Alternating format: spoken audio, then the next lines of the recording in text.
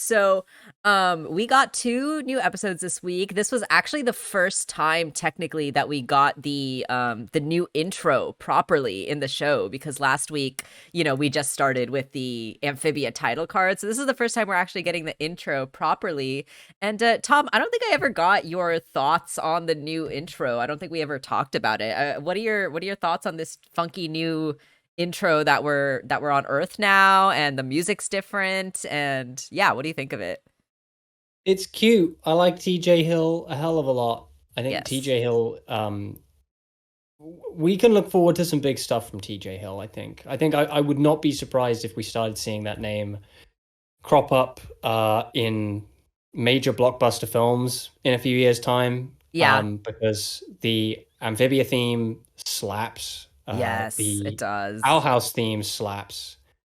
Um, and TJ Hill also did the end themes for both of them as well, which are both also fantastic and really beautiful. Yeah. For both the Owl House and Amphibia. It's they want to keep the actual theme itself the same, but they've Yeah. just changed sort of the instrumentalism of it, and Yeah. Yeah. I want to I like it just as much as I like the other ones. It's cute. It's a nice little tune. Yeah, I really enjoy it. I also think that it's just so fun that, we got like a brand new intro. Like, because, they gave us a new intro between season 1 and 2, but they were very similar. It just got like kind of revamped a little bit. Yes. The odd Um, little clip here and there changed, but like the music was the same. yeah, and the music was just like a little bit like fleshed out, but this is like totally, remixed, like a totally new version of the song. Totally new setting. So yeah, it's just really fun to see, they're embracing how different season 3 Yeah. is. I'll tell you Um one thing I love about the end theme, though, yeah. is Anne's little giggle at the beginning. Okay, the best things about the outro are Anne's little giggle at the beginning, and then she has like a little line towards the end where she goes hoopa de boopa. Yeah, it's great. I I It's have so cute. I have had that hoopa de boopa stuck in my head like all week. Like just that one hoopa de boopa has been playing in my head like all week. It's so cute. I love Hoopa de Anne. boopa. And I think somebody should do a mod of Gravity Rush where you can Ooh, play as Anne Boon Choi that would be doing her Super fun. Saiyan. That would be Because fun. Anne Boon Choi and Kat from Gravity Rush are like the same person. Yeah. I love them and they're great. I want to acknowledge what Shia says in the chat, that like the theme song, right, is like cartoon LA or like SoCal. And it's always really fun to see like the places that you live in fictionalized locations. Anyway, so back to the episode. So we start off, back at the Boon Choi house. I really appreciate this episode for a number of reasons. There wasn't any big threat. This episode really didn't move the larger plot forward. And I'm only talking about Hop Till You Drop right now. We're not talking about Turning Point. We're gonna keep these two halves kind of separate. But in Hop Till You Drop, we didn't really get too much of the overall plot. The killer robot didn't come back. It's literally just Anne and the planters like hanging out on Earth. And I really appreciate that, even though this is the last season of the show, we're still, taking the time to establish these things, establish what the new normal like really looks like. We got a whole season of Anne adjusting and getting used to Amphibia. So like the fact that we need to get this done in like a few episodes here, because we got the whole plot to get to in season 3. So I really do appreciate that we did take this one episode, this one 11-minute chunk, to just have the planters getting used to Earth, interacting with other humans, figuring out how to survive Earth, right? Because that's like the kind of funny thing about this episode, right? Is because like we know what the dangers of Amphibia are. They're like monsters and giant reptiles and stuff that like want to eat you. But in Earth, right, there are still dangers, but they're different kinds of dangers, right? And so the planters now have to adjust to these Earth dangers that are there instead of the Amphibia dangers. Like infant children. Like infant children, monstrous infant children. Also, I wanna tease this a little bit. I have kind of a buck wild theory about this episode specifically. It's not like an important theory or anything like that, but I do have a theory about this episode that is a little bit weird, and I want to save it for the end of the episode, but I'm going to tease you all with it now.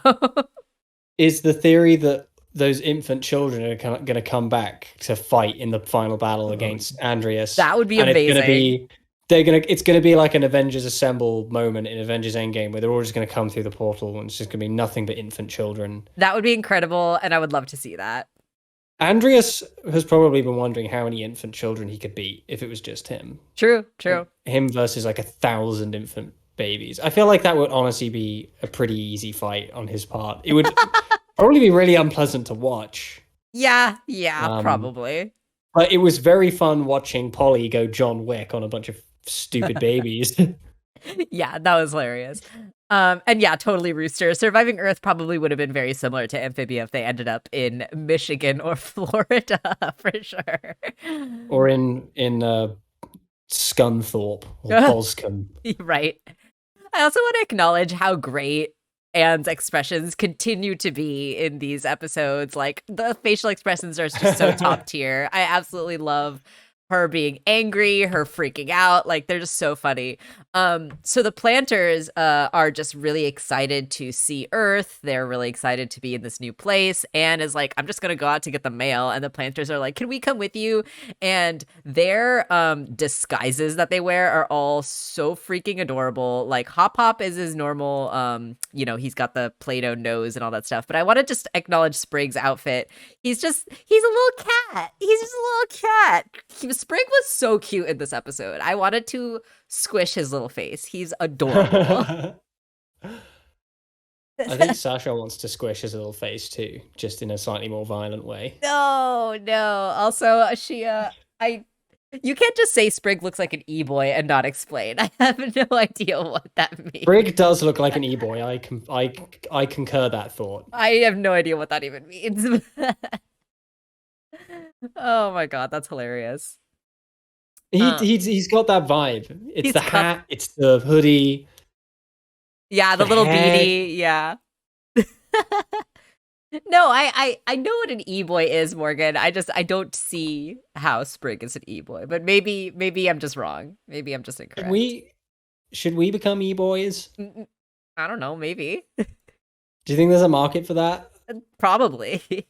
He looks like he knows about crypto. Oh my god, stop. And he really, not only does he know about crypto, he really wants to tell you about crypto. Oh my god. Yeah, okay, anyway. And Polly and her little hat is super cute too. Her wig and her hat is very cute. I just want to acknowledge all their adorable. outfits. It's very, very adorable.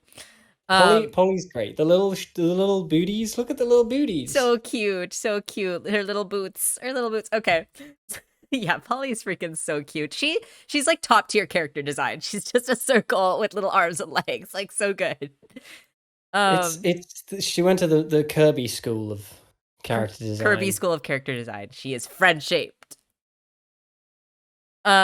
Anne was like, I only used to go out to get the mail to, intercept my report card, but now I'm responsible. I'm gonna go get the mail. But before she can even turn back to talk to the planters, they are all, scattered about doing their own crazy thing. Polly is out here antagonizing these kids on their bikes and scooters and stuff, which is cool. These kids also have very fun designs. They've got like colorful hair and the sunglasses and the bubble gum. It's very, very cool kid design. I don't want to know what Polly would have done to them had Anne not stopped him. I also like the guy's line that's like, weirdest looking baby I've ever seen. Like, I've seen Polly punch, when they're doing Muay Thai, and she punched full on, just decks Wally in the face, and she's got like tiny little human hands. Yeah. I don't want to know, like, she could take those kids on. They don't know what they're absolutely she could. And yeah, totally agree, Chior. No one can beat Polly. She's undefeatable. Depends what it beat her in the grounds of what? Are we talking purely combat, or are we accepting like banjo duels? Well, we know Polly can beat anyone in a spitting competition, and that's really what matters. Yeah. Yeah, that's so true, Rooster. Hop Hop is never in physical danger, but the real dangers, of course, are capitalism.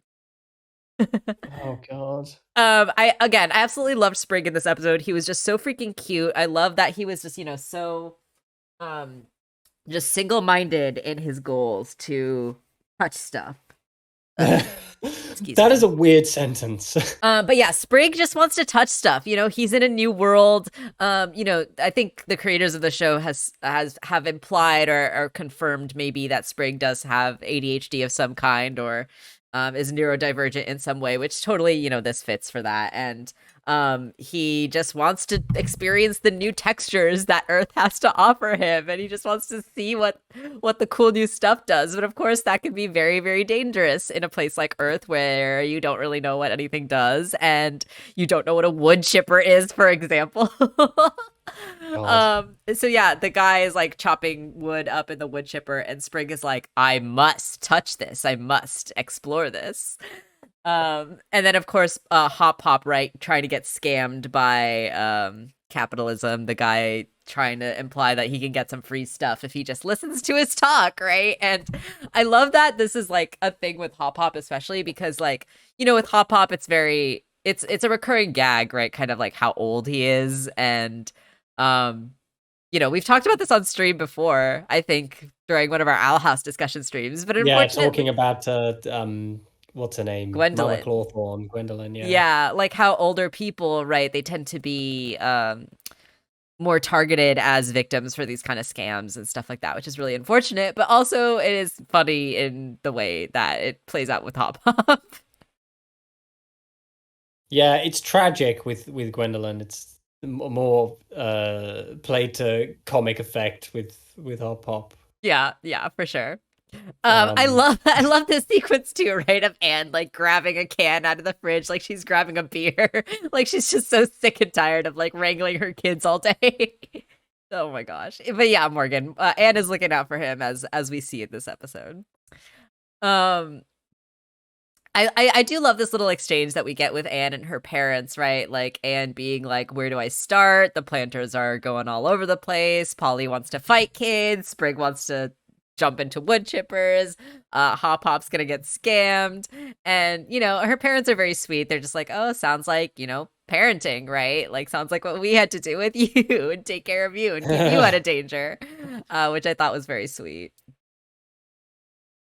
And they do give Anne the advice here of like, you just got to ease them into it, be patient. They got to get used to it. They're in a new place, which is of course very good advice and the exact opposite of what Anne ends up doing in this episode. But I do like this moment with Anne's dad where, he's cracking the egg into the pan and is like, slow and steady, just like you do with this egg. And then he totally messes up and it's like, dang it.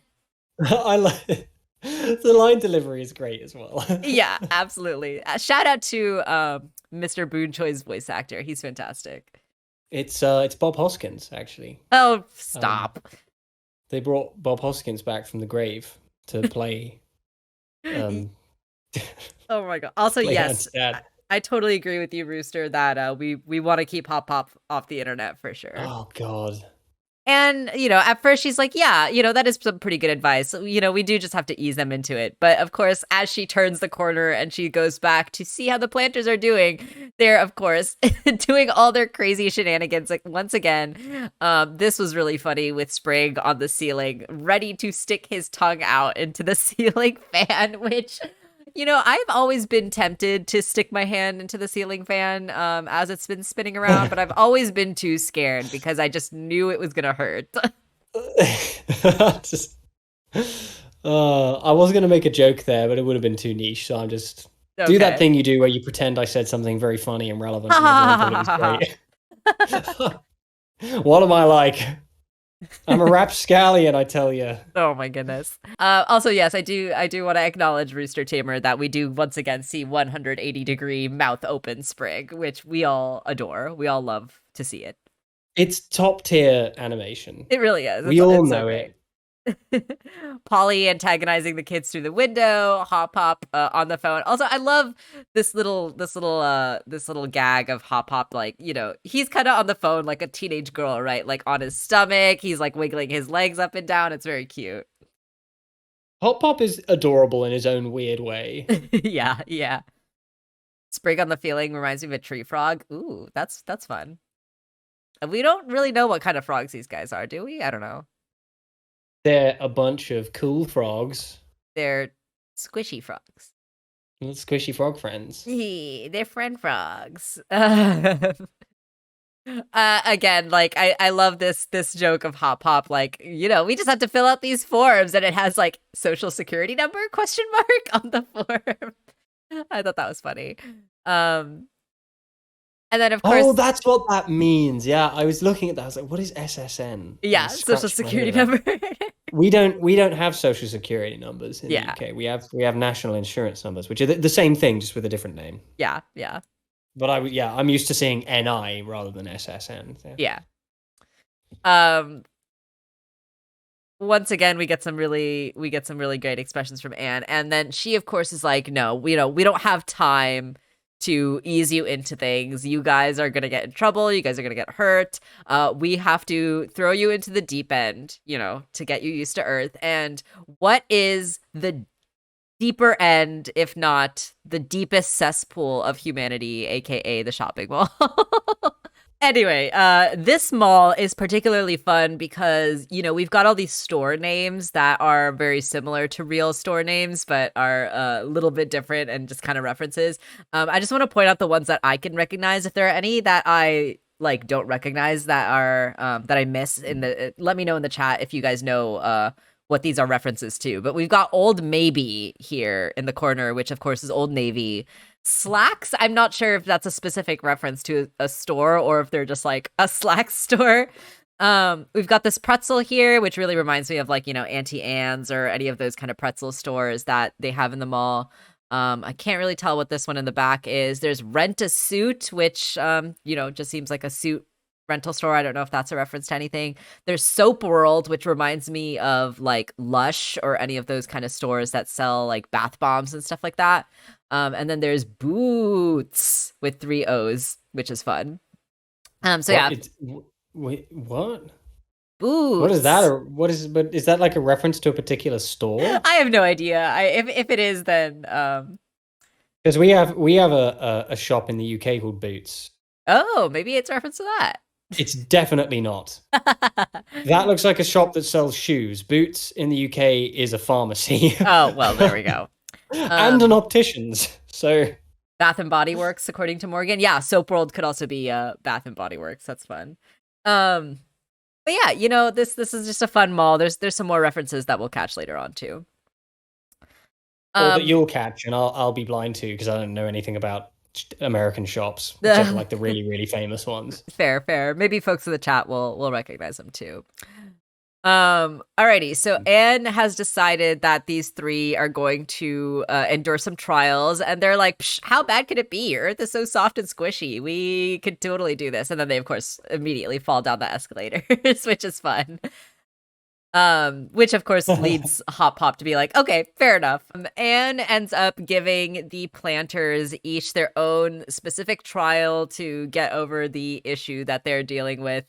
She tells Polly, right, that she's got to go into Construct a Carnivore, which is a fun reference to Build-A-Bear Workshop. Do you guys have Build-A-Bear over in the UK? We do actually have Build-A-Bear. Okay, cool. There's a Build-A-Bear in Plymouth. Excellent. So you've at least got Build-A-Bear, which is great. I love Build-A-Bear. I want to go there and buy all their Pokemon Build-A-Bears. Yeah, I love Build-A-Bear. I went there once when I was a kid, and I made a Build-A-Bear. I made a little bear, and yeah, I wish that I could go back. They are really expensive though, is the thing. Because you pay like right for the experience of like going in and like stuffing the bear and like all that stuff. But that sounds unbearable. Terrible. Terrible, or do you mean terrible? No, no, boo. Or yeah.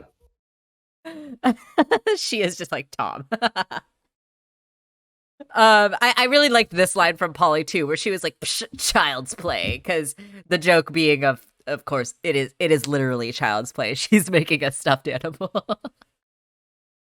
She's about to go John Wick on their asses, though. Yeah, yeah. Yes, we can absolutely take a moment, Morgan, to appreciate how adorable Polly is. She's so freaking cute. All of the planters were really cute in this episode. Sprig, in my opinion, is the cutest in this episode. Like, he's just so adorable. Um, Anne is like, Sprig, you gotta stop touching stuff. And he's like, but the textures, I need to touch everything. E-boy Sprig, adorable E-boy Sprig. You know, Anne tells him that she's also I didn't take a moment but when I first watched this episode to acknowledge the names of these art pieces. There's this ring that has like these symbols on it that they call ringtone, which is funny. And then there's this bean with sunglasses that they call cool bean, which is funny. But these like art thingies are not really that common in malls. I feel like this is like probably specifically an LA thing, probably that they have this like art gallery in a mall. I don't know. I haven't seen this in my mall anyway. We also have like a limited 2 in the background here, and I think this is supposed to be like an Abercrombie and Fitch because it says pitch, but I don't know. Those could be references to something else. There's one in the mall you work in, Shia. I feel like most of these art installments are just Digimon. Isn't this like a reference to something? Isn't the cactus back here like a video game character of some kind? I don't know. I don't know if they're like, I'm just looking at them and they look like they could easily be drafted as like low tier Digimon designs. These art pieces. The Cactuar. I don't know anything about Final Digimon, Fantasy. but I do know enough about Digimon to know that the designs are nonsensical. All right, okay, I was right. This is from a video game. The cactus is from Final Fantasy, according to Shia, so that's fun. So Sprig's gonna go through the entire art gallery without touching anything. Cool Bean is a reference to Beanos. I don't know what Beanos is, but I do know that Cool Beans is just like a thing people say. Maybe it's a California raisin who fell over. Maybe. So Hop Pop has to walk through the aisle of all the mall kiosks that want to scam him and give him free stuff, which is just funny for anyone who's ever been in a mall before because, yeah, this is just like classic mall to have these kiosks that want to give you free stuff and scam you into giving them your money and stuff. But I want everyone to keep these trials in mind for each specific trial that Anne has assigned each member of the planter family, because this is going to tie into that little theory that I had that I'm going to talk about at the end. So just keep in mind what their trials are. I'm very confused but intrigued as to where you're going with this. It's not very serious. It's a very silly theory, but I feel like it has some legs. I also just want to give Polly. Hey, good one. Got him. Got him. I want to give a shout out to Unique O, which is this store that's in the background here. Just because I love Uniqlo, which is it's actually a Japanese brand. Uniqlo, they sell clothes. Oh, and we've got the Hop Pop like dead on the floor pose, which is fun. Hop Pop is dead. He doesn't actually come back in the rest of the episode. I was very surprised that they just killed him off so nonchalantly like that. It was really, not sure what they were going for there, but rip in peace. Rest in spaghetti, never forgetty. Oh my god. This was a fun little reference in the Construct a Carnivore store, right? Polly's like looking through the faces and the parts and stuff, and she pulls out Goofy's face. No, she's doing like doing a little dressed up like Mickey Mouse. Oh, it's Mickey Mouse. Okay, I knew it was like a Mickey Mouse like character. I thought it was Goofy. It's Disney. No, yeah. Goofy has the buck teeth. That's right. Also, I'm appreciating Shuckle, what looks like Shuckle right at the front, what looks like a little Shuckle face. Oh yeah. I don't know if that's coincidental or if that's actually Shuckle's face, but that 100% looks like a little Shuckle. It does look. It totally does look like a Shuckle. I wouldn't be surprised if it was. So yeah, that's fun. The little Disney references. Polly, of course, she gets the muscly arms and the like reptile body and the horrific googly eyes, and it's very classic Polly. Um, but then, of course, she's rudely interrupted by this unwelcome child that picks up the arm and starts chewing on it. And, credit to Polly, she doesn't have any adult supervision around. She is genuinely trying her best here. At first, she is like, kind of like, all right, Polly, like, keep calm. Let's, use our words. And she's very polite. She's like, excuse me, can I please have that back? But then this baby, of course, being a baby, just spits in her face. Oh, but poor Polly, yeah, she gets angry, she lashes out, she yells at the mom, being like, your spawn is being rude. And the lady's like, did you just call my baby a spawn? Which, lady, it's not technically wrong. But then of course, Hellspawn. but then of course the babies like all swarm Polly, they're grabbing her, constructed carnivore parts, and I really loved this particularly exaggerated shot of this baby chewing the Build-A-Bear, and it being the close up on the baby's gums without any teeth, and yeah, just very horrific, very funny. I mean, this episode does include actual on-screen violence against babies. Technically, yeah. Which they get away with because Polly is technically herself an infant, but Yeah, yeah. Yeah, it's so true though, Rooster. Yeah, people can't keep their kids in check though. That's very true. People need to know how to handle their kids. It's the way they call them their little angels at the end, and you're just like, oh my god, you idiot. We get a really kind of nice transition here, right, between Polly's angry face and then the art gallery that Sprig is wandering through. And this one's fun too. It's like a clown that says today's standard, which is a little funny. I cherish you for this tiger chair, Pizza My Heart, which is of course a pizza chain that exists here. And then this rent, we're all just flies trapped on fly paper that is labeled rent, and it's called life. And this one's particularly poignant. But these little art gallery pieces are fun, and then of course we see Sprig. Oh, God. Sorry, that clown is just, I can't. That's a bad clown. I don't like that clown. No. That clown is that should be illegal. There should be a law against that. They are amazing. I agree with Morgan here that the art pieces are all amazing. Sprig is just so freaking cute. I just wanted to squeeze his little face throughout this entire section of him walking through all of the art pieces, and his eyes just like absolutely glistening. Like the highlight in his eyes get like bigger and bigger, and it's just like, it's so fun and so funny. He's got the giant eyes. He just wants to touch everything, and he's like really excited. But then, he hears Anne's voice in the back of his head being like, you will never be able to leave the house ever. And he manages to stop himself, which is some pretty good self-control for Sprig, all things considered. He's not generally known for self-control. No. So, we gotta give him a lot of feature as a character. Gotta give him a lot of credit for this. And he's got the wiggly fingers. He's ready to get his little fingies on stuff. Fingies.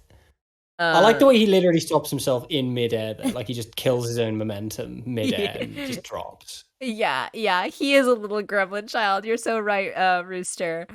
He's wearing his little face mask to protect himself from COVID. Very cute. The highlights in his eyes are all really great, Morgan. And yeah, he stops himself, and then he starts punching himself to control his urges, right? To touch the stuff. And of course, these onlookers are curiously eyeing him as Sprig is punching himself repeatedly in the face, and this guy's like, maybe it's a performance piece, which is really funny. We've all been there. Eating ourselves senseless to keep ourselves from giving into our basest urges. Oh man, we've all been there. And we've all also been here, where Pop-Pop, is walking through all these kiosks, all these scams and stuff. And I do want to very much point out the kiosk that he walks past that says hair growth, because I feel like this might be a little just nod, right? Just a reference to the Halloween episode that we got earlier in season 2, where When Hop Hop tells a story of how the Grim Reaper George essentially cut off his George hair. Takei George Takei came along and took his scalp. Took his lovely locks. It was so thick that his hands got stuck in it. Oh, I know, I know. But yeah, I thought that this was a fun little reference to that, which, of course, Hop Pop is thinking about his hair. Also, Zoe says that as someone who knows performance art, I can confirm that it is a performance piece. All right. Well, thank you, Zoe, for confirming that Sprig's piece is a performance piece. Well, if you think about it, aren't we all performance artists every day? Stop. This is stop. Putting on the performance of life. Oh you my know? gosh. This N and I very much reminds me of H&M, which is fun. And then we get a nice little callback too with this guy trying to scam Hop Hop. Models are us. We do know, of course, that Hop Hop has a little bit of a weakness for acting and performing and stuff like that. So this is quite the temptation for Hop Hop here, where this guy's like, it's totally free. Hop Pop would make a great model. He's a regular David Gandy. Hey, he's got it, and he should flaunt it. We've seen his delicious bod. Oh God, did I just say that? Those words that just came out of my mouth. Sometimes I say things and I'm just like immediately disappointed in myself. Oh my gosh. I'm just like, wow, did I really go there? The thing is, I don't really think about what I say before I say it. I just I make mouth sounds and I hope that those mouth sounds like slap together to form a sentence. No, really? I never would have guessed. And unfortunately, 9 times out of 10, Tom is a furry. He's not even a furry. He's a slimy. There's a difference, guys. Monica's whispers reminds me of Victoria's Secret, which is fun. We've got this fun mall security guard, which is a really fun character that is in this episode. He's, riding the Segway, which those mall security guards usually do. And he's got kind of this like thick, I think like Minnesotan accent, which is kind of fun. He's got like this very friendly, very goofy voice, which is just a fun choice for this character. I know a lot of people said that they reminded them of Paul Blart Mall Cop. Don't say Paul Blart Mall. We do not talk about that film in this stream. It's not allowed. Forbidden. And then of course we get this fun, stranger danger poster that's in the back that has this, shadowy figure with the hat, which is of course exactly how Hop Hop himself is dressed. So that makes for a fun little visual gag here, right? Where this mall security guard is immediately flagging Hop Hop as suspicious because he is pretty much the exact silhouette of the stranger danger poster. Just as threatening. Just as threatening, absolutely. So Anne is keeping an eye on all of them, and she's pretty happy with how things are going so far. And then of course she gets interrupted by a former friend of hers, right? An old friend who acknowledges that Anne has gone missing. And I just thought that it was fun that this girl's name is Gabby, because for what goes on between her and Anne, it's a very fitting name. Let me just say it that way. See, this is why I carry smoke bombs around with me. Oh, for occasions just like these, huh? Yeah, just chuck a smoke bomb and then you escape. Easy. Easy peasy. I thought it was a kind of fun that Anne, some people have been kind of speculating, right? And kind of asking the question, right? Like, how has Anne's disappearance, we did see how it affected her parents in the first episode, how they were obviously very distressed, but once Anne was back, they were, of course, very clingy to Anne, which is the effect of her being gone for 5 months. So a lot of people were asking, how is Anne's disappearance affected the other characters in the show, right? Like her classmates and, her school and other people. And so we're finally getting a little bit of a hint as to what other people's reactions were like. And so it's been, there's been some rumors going around in the school of these girls being like, we thought you were kidnapped or dead, possibly, right? And Anne, of course, corrects her and says, "No, I was just on my family's farm," right? Which technically isn't a lie. She was on a farm, and the planters are technically her family now. So, not totally a lie. And of Yeah. course, she adds in Alaska, which I thought was quite funny because I've never been to Alaska myself. I don't know too much about the place, but from my understanding of the climate up there, I don't know if there's that much farming that goes on up there, to be perfectly honest. So that was kind of fun. Alaska sounds cold and horrible. It does sound cold and horrible, and I will probably never live there. Me neither. um, yeah, not many amphibians up in Alaska either. I wouldn't guess. But yeah, I wanna acknowledge what Zoe says here, that I really want to see Anne running into Sasha or Marcy's parents. Which, yes, I know that's something that I really want to see. I know a lot of people really want to see, but I am very curious if Sasha and Marcy's parents are gonna get involved in the story in the same way that Anne's parents are. Whether we're gonna have any conversations with them, whether we're gonna tell them what's going on with Sasha and Marcy, right? So yeah, really waiting to see what's going on with Sasha and Marcy's family. And I do want to talk more about their families as well. And I have some stuff to say about Sasha's family. But we'll save that for the second half. We'll save that for the next episode. Anyway, Indeed. we are like almost an hour into this stream and we're still getting through this episode. Gabby, of course, will not leave Anne alone. I love that gag of Anne like starting to walk the other way, but Gabby just like sliding up from the other side. Like, that's always really fun and really funny. But of course, this girl cannot stop talking. She dives right into the gossip of the last 5 months of what Anne has missed. And Anne, she's trying to be responsible, right? She's trying to keep an eye out for the planters. And so she's trying to escape here. But is not able to because this girl just has got to dish out the latest gossip. She's not carrying nearly enough smoke bombs. No, Anne needs to get some smoke bombs for situations just like these. Gotta have something. Just throw something at the ground and run. And get out of there, Anne. Get out of there. Gabby just like showing up on either side is really funny. Punch her in the throat or something. Anything. Anything. Cut back to Sprig, who is very much struggling. He's having a really, really hard time keeping his hands to himself. But he notices Anne is momentarily distracted and decides that this is his opportunity. And I like that they all kind of say the same thing, right? They're all like, chance. Oh, that's right, Zoe. Good catch. We had Ever 22, which is behind Anne, which is, of course, a reference to the store Forever 21, which I also used to shop at when I was Anne's age. Oh my god. I don't know what any of these things are. Anne has no excuse. We later see the witch frog has smoke bombs. Yeah, exactly, Rooster. Should have picked some up. Should have just grabbed some. I absolutely love this frame of Sprig touching this art piece. Him with the little mask is just so freaking cute.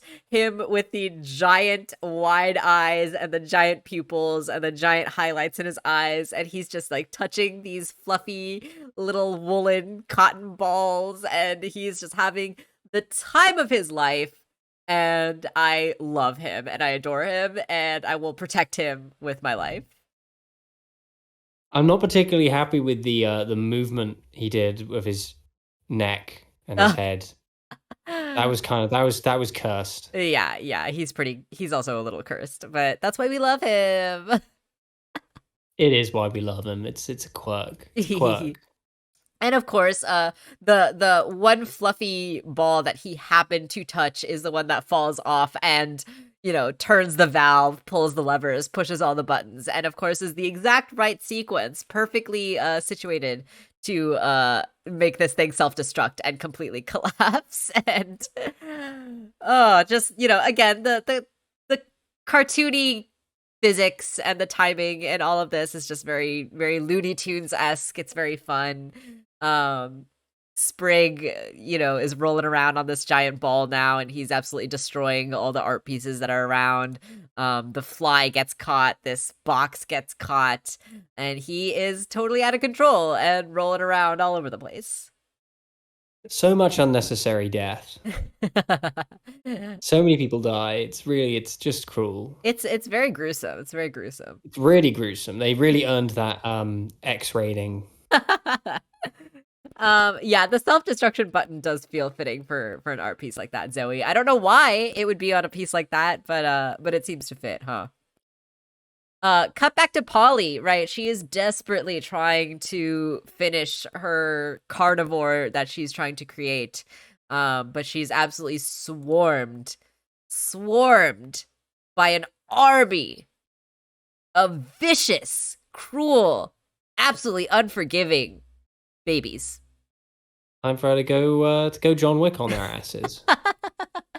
And of course, this one's like destroy, and I love this delivery, especially from Polly, being like, "Please, this madness has to stop." Like I'm she's so just tired.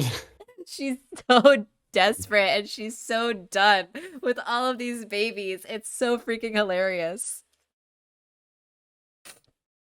Um, you'd sound like a pretentious snob if you explain it.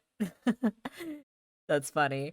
And of course, this baby is unforgiving, absolutely heartless, cold to the bone, and just tears Polly's creation into pieces, which sends her into a flying fit of rage, as Tom put it, into John Wick mode, and absolutely ready to kick these babies' asses. Like the full on just like cleaves that thing in twain. It's this horrifying. this this this shot made me laugh so hard with the baby breaking the baby bottle. It's this whole bit is my favorite part of the episode. Oh my god, I'm crying like thinking about it. Like this was so funny to me, like the baby breaking the bottle like it was like a beer bottle and it's like ready to cut someone. Getting ready to shiv some Oh kids. my god, I'm absolutely crying. This was too funny. This was really freaking funny. This is just like the bit in Daredevil season 2 with the Punisher in prison. Only more brutal. Absolutely more brutal. Yeah, exactly, Morgan. The baby is ready to slit someone. Can you imagine seeing Polly just like gouge someone's eye out with her thumb? Just Oh really gosh. messed up stuff. Just really going to town. Oh my god, I'm crying. I'm crying just thinking about it. Yeah, totally, Zoe. This baby has been places. This baby has seen things. This baby has done things. This baby has Oh, what this absolutely done baby has things. done. This baby definitely has tattoos of the things that it's done. Oh my god. That's that's too funny. That's too funny. Oh, Rooster Tamer making a Watchmen reference. Oh. A little Watchmen reference there. I see you. I see that. Tired of these people. Tired of Earth. These people, their lives. Hop Pop thinks he's doing pretty good, right? We get this shot, this very prominent shot, which will of course come into play shortly, of the Fountain of Wishes, which of course contains chlorine. Very notable here that it does contain chlorine. Um, Hop Hop is feeling pretty good about himself. He managed to walk past all the kiosks without falling for any scams, but then is obviously caught by the fountain that has all of the pennies at the bottom of it. And to Hop Hop, he doesn't know what a wishing well is, right? We've never seen anything remotely similar to a wishing well or a wishing fountain in Amphibia, so he has no idea what he's looking at. And he's just like, there's just a bunch of free money at the bottom of this pool. What the heck, guys? Like, why isn't anyone taking this? And of course, he in his money-minded state is able to again seize the opportunity that he has. He does the same thing that Sprig does, like chance, when Anne is not looking, right? And he I like how he like completely disrobes too. Like he does take the moment to take off all of his clothes and to jump into this pond, which is of course what leads him to getting in trouble with the mall security guard. We've got a disrober, he says, which is quite funny. I mean, we like to see some hot pot bod. That's what we're all here for. It's fan service. It is fan service. It is fan service. The showrunners know exactly what we want to see, and They know they exactly what we want to see. and they deliver every time. I've heard that Hot Pop's new outfit this season is actually gonna later on in the season is gonna include a boob window. Oh my god! I almost spit out my tea.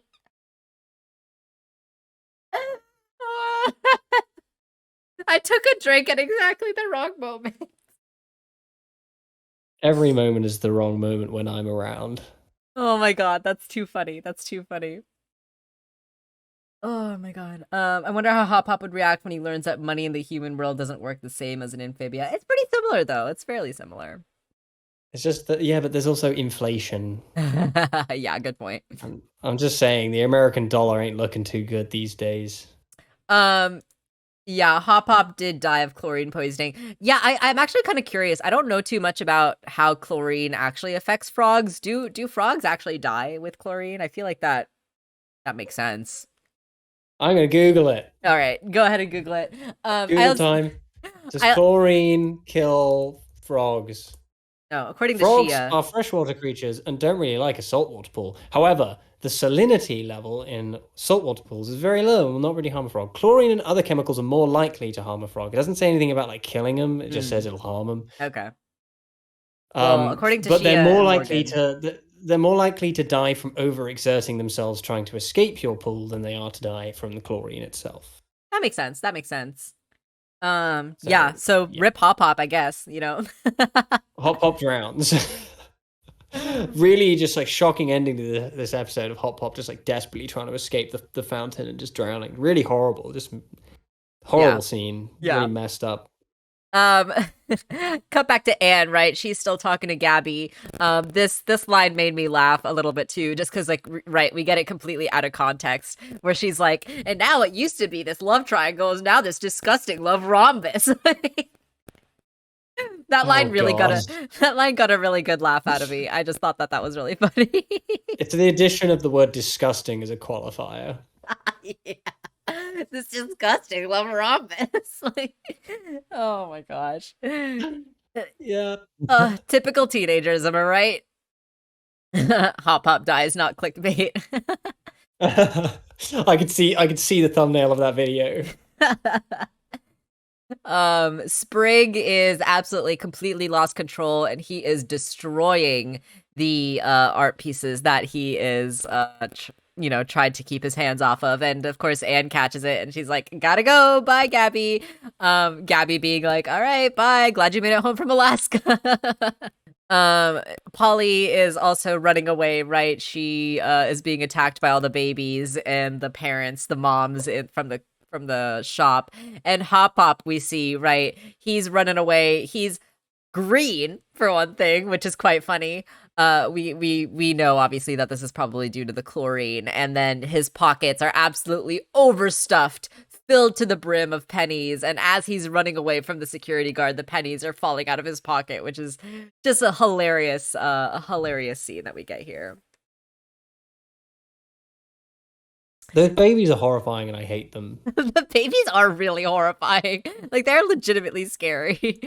And I want to also just like this line from Hop Pop really was funny to me too, right? Because we got the lines earlier where Hop Pop was like, why would they call it free, Anne? Do they think that I'm just gullible and like easily fall for scams? And Anne is just like, yes, that is exactly it. And Hop Pop, he's come a long way in this episode. He does acknowledge now that nothing is free in this world, right? Everything comes with a price, and even jumping into the chlorinated fountain came with a price for Hop Pop.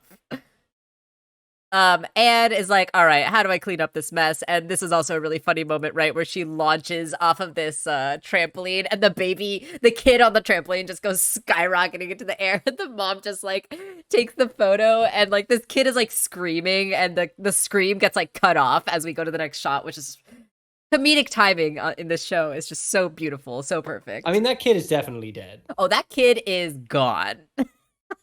That kid's dead. And straight up murdered that kid. She doesn't care. She's been living in a nightmare world for the last several months. She has no inhibitions killing. None True, at all. true. Just, that kind of like mental block that stops people from murdering is just gone for her. She's a shadow of her former self. It's Oh my terrifying, really.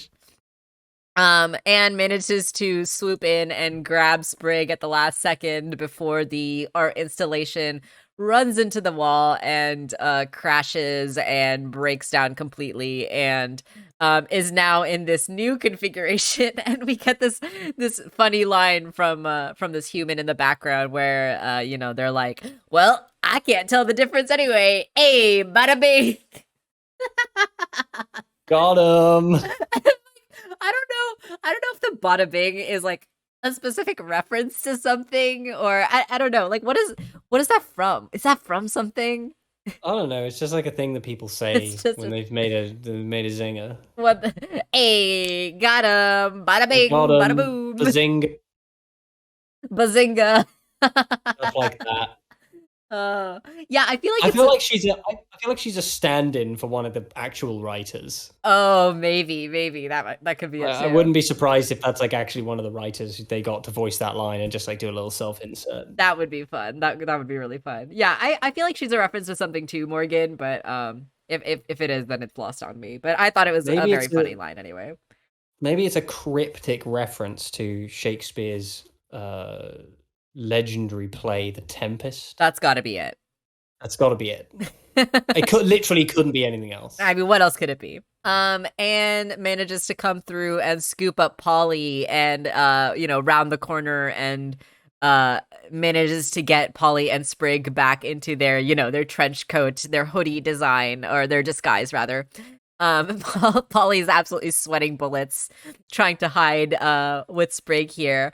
And the moms are like, where did that baby go that we were chasing? And of course using the keen ability to understand how humans work, which is something the planters do not have, but Anne completely understands how these people work and how to get out of the situation, and she's able to kill two birds with one stone here, right? Keep these moms distracted and get our mall security guard out of the picture. And she knows exactly that these moms are the exact type of women to want to complain to the authorities about something that is not making them happy.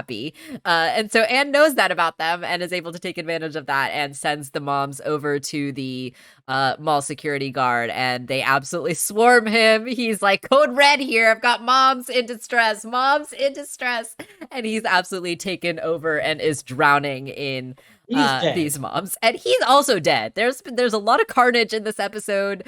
Very gruesome. a lot of unnecessary deaths. Just a lot of violence, and that's what we have come to expect with the show. So that asshole was just trying to do his job. It's rip in peace. Yeah, rest in spaghetti, never forgetty. Absolutely, Morgan. When you face off against the Karens, there's just no hope. There's no hope. You are not coming out of that alive. When you play the game of Karens, you win or you die. Oh gosh. So the planters and Anne do manage to escape. Anne runs out and they hide out in the parking lot. And, we get this really sweet moment as we wrap up the episode, right?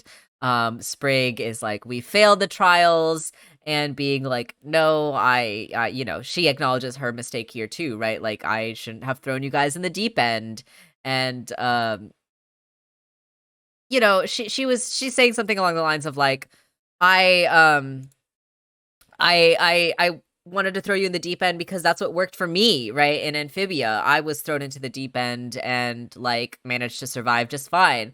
But the planters correct her, right? They tell her about this one time that she was sleeping outside and almost got eaten by a giant monster and how they had to come save her, right? So like really hammering home the point that they are in a scary new place, but since when Anne was in a scary new place, the planters were there with their knowledge and their familiarity with the world to help Anne and keep Anne safe and protect Anne. And Anne is learning, right, that she kind of has to do the same thing with the planters. She can't just throw them into the deep end. She has to be patient with them and realize that they are in a new situation and they are in a new place and look out for them, right? And that's what she did in this episode. She, even though some stuff went wrong, she did look out for them and she did keep them safe and she did. I gotta talk about it because I'm watching the stream. That's kind of how I'm getting the images of the episode. So it's coming in a little bit of a delay for me, but I just have to, that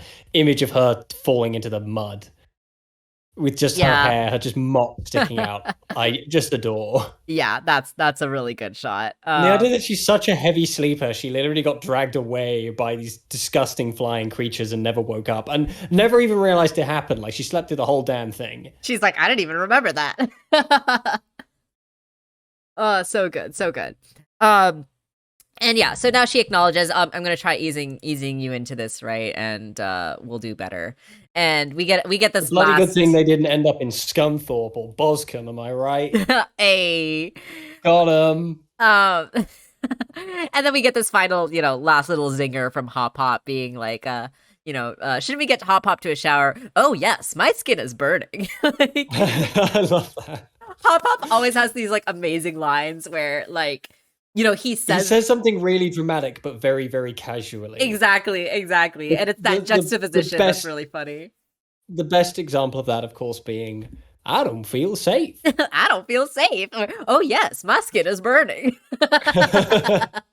It's so good. Bada bing, am I right? I think my favorite Hop Pop line delivery, all the line delivery is so good, but I think my favorite Hop Pop line delivery is in episode 2 when he's telling Anne to stay indoors because the townspeople just aren't ready for her, and he's like, you can't, you're this strange, new, unfamiliar, unsettling, gangly, horrifying. Just the sudden, it's just great. It's so great. Yeah, shout out to Bill Farmer. Bill Farmer, is that? Bill Farmer is a legend. Shout out to Bill Farmer. This cast is honestly like legendary. Like, there's some amazing, incredible voice actors on this cast, but Bill Farmer is literally a legend. So like, we have to give it up to him. Keith David as well. Keith David is. I mean, that guy was in John Carpenter's The Thing. So, yeah, literally a legend. He's great. We all love Keith David. Yeah, we all love it. Okay. Yeah, his last name is Farmer too. That's cute. That's a good catch, Jellyfish. Okay, before we take a break, before we move on to the next episode, I do need to share this theory that I have been thinking of. It literally is not consequential at all. It doesn't make any difference to the overall story. It literally just pertains to this episode. But do you want to hear my crazy theory that I've been thinking of ever since I watched this episode? Yes, of course. Okay, Morgan is ready for my crazy theory. Okay, so you know how Anne had a specific assignment for each of the planters to, a specific trial to experience in this mall in order to overcome the specific conflict that they were having as they were adjusting to this new Earth world, right? So Polly's problem was that she was not able to get along with the other Earthlings, right? Yeah. Sprig's problem is that he wanted to touch everything and he wanted to experience the new textures, right? Right. And Hop Pop's problem is that he was falling for these scams and he wanted free stuff and he had to learn that things came with a price, right? Right. So my theory, this is very silly. Please don't take this seriously. My theory is that if Anne had swapped the trials for each of the planters, then they all would have been happier and gotten what they wanted, and it would have been a more successful outcome at the end. Stick with me here, all right? Let me explain. So imagine Polly, who needs to learn how to interact with other people. Instead of going into the Build-A-Bear, what if she did Hop Pop's trial instead and went through the kiosk of all the free stuff?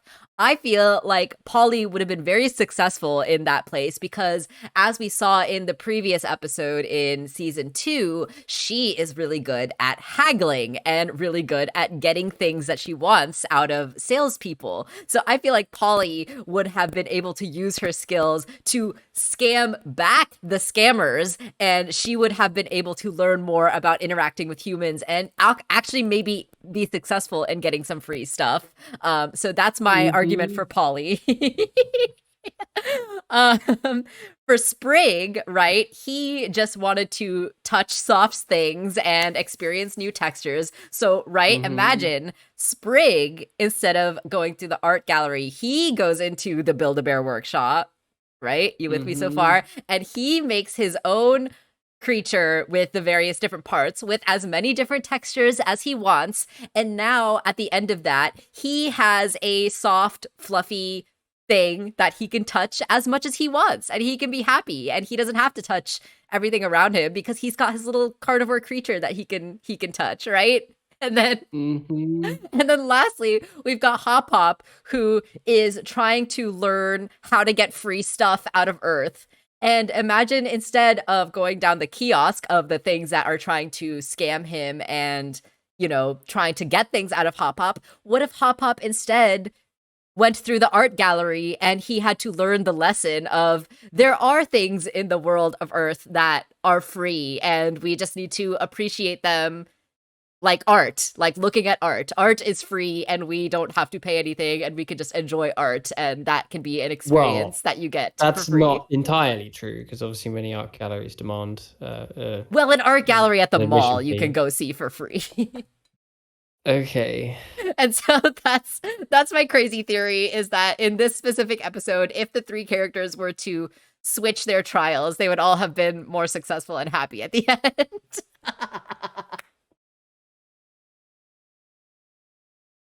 I will now open the floor for comments on how brilliant my theory is. That is 3 minutes of my life I'm never getting back. Oh, you're so mean. Morgan says that I'm a genius, so you know what? I'll take that. Okay. Okay. This is the main issue I have. It's like everything you just said is like completely spot on. It's not a theory though. It's just an observation. No, it's not. I was expecting like some like yeah, you know, this is going to come into play later on.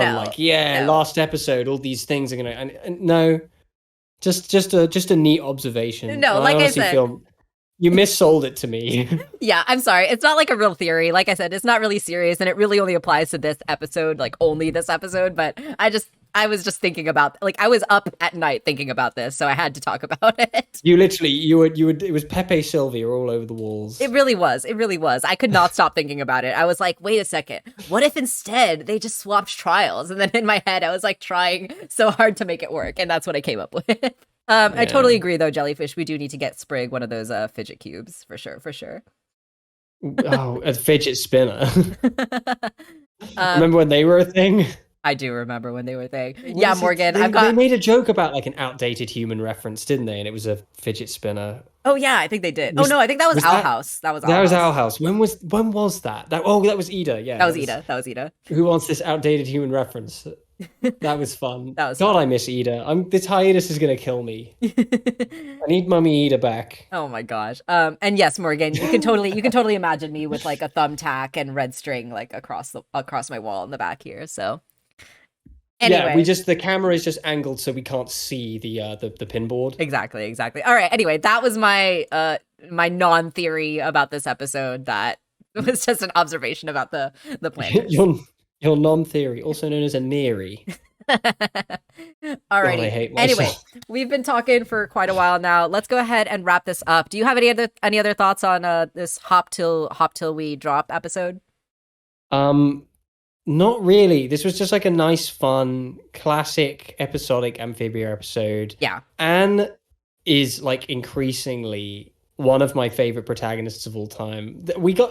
Seeing her in her element is so much fun because we really get to see a different side to her. A little bit of sass, a little bit of frustration, a little bit of jadedness. Yeah. Which I really, really love. And it expands her so much. Because like when she's in Amphibia, it's like, yeah, I've got to get home, but also I'm in this new world and it's magical and strange. And but here she's just like, oh, it's fucking Gabby, Jesus Christ. It's Gabby. And it's like, oh, god damn it. And Yeah. that look on her face of like, yeah, yeah, okay, whatever. Yeah. And I appreciate that. I'm curious, the thing with Gabby too, like obviously Gabby is like friendly with Anne. We don't know if they were like close friends or anything like that. But I am curious as to like, the old Anne, the Anne before she went to Amphibia, like would she have been more willing to kind of like indulge Gabby in the gossip and like talk about that kind of stuff and shirk off her responsibilities Yeah. to talk with her friend?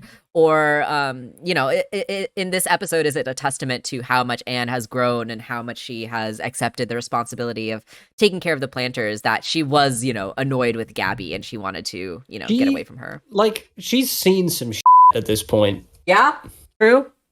She isn't jaded, but you do get like bits, like little smatterings, like little hints that you feel like a part of her is gone forever, and I Yeah, appreciate that. yeah, I mean, she did watch Marcy get stabbed, yeah, yeah. and that was pretty traumatic for us as a fandom.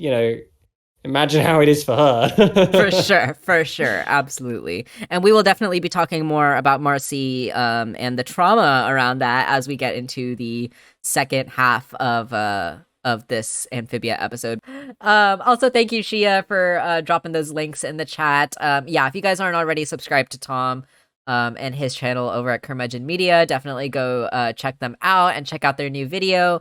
The Amphibia comedy breakdown that I worked on with Tom. It's really good. It's really fun.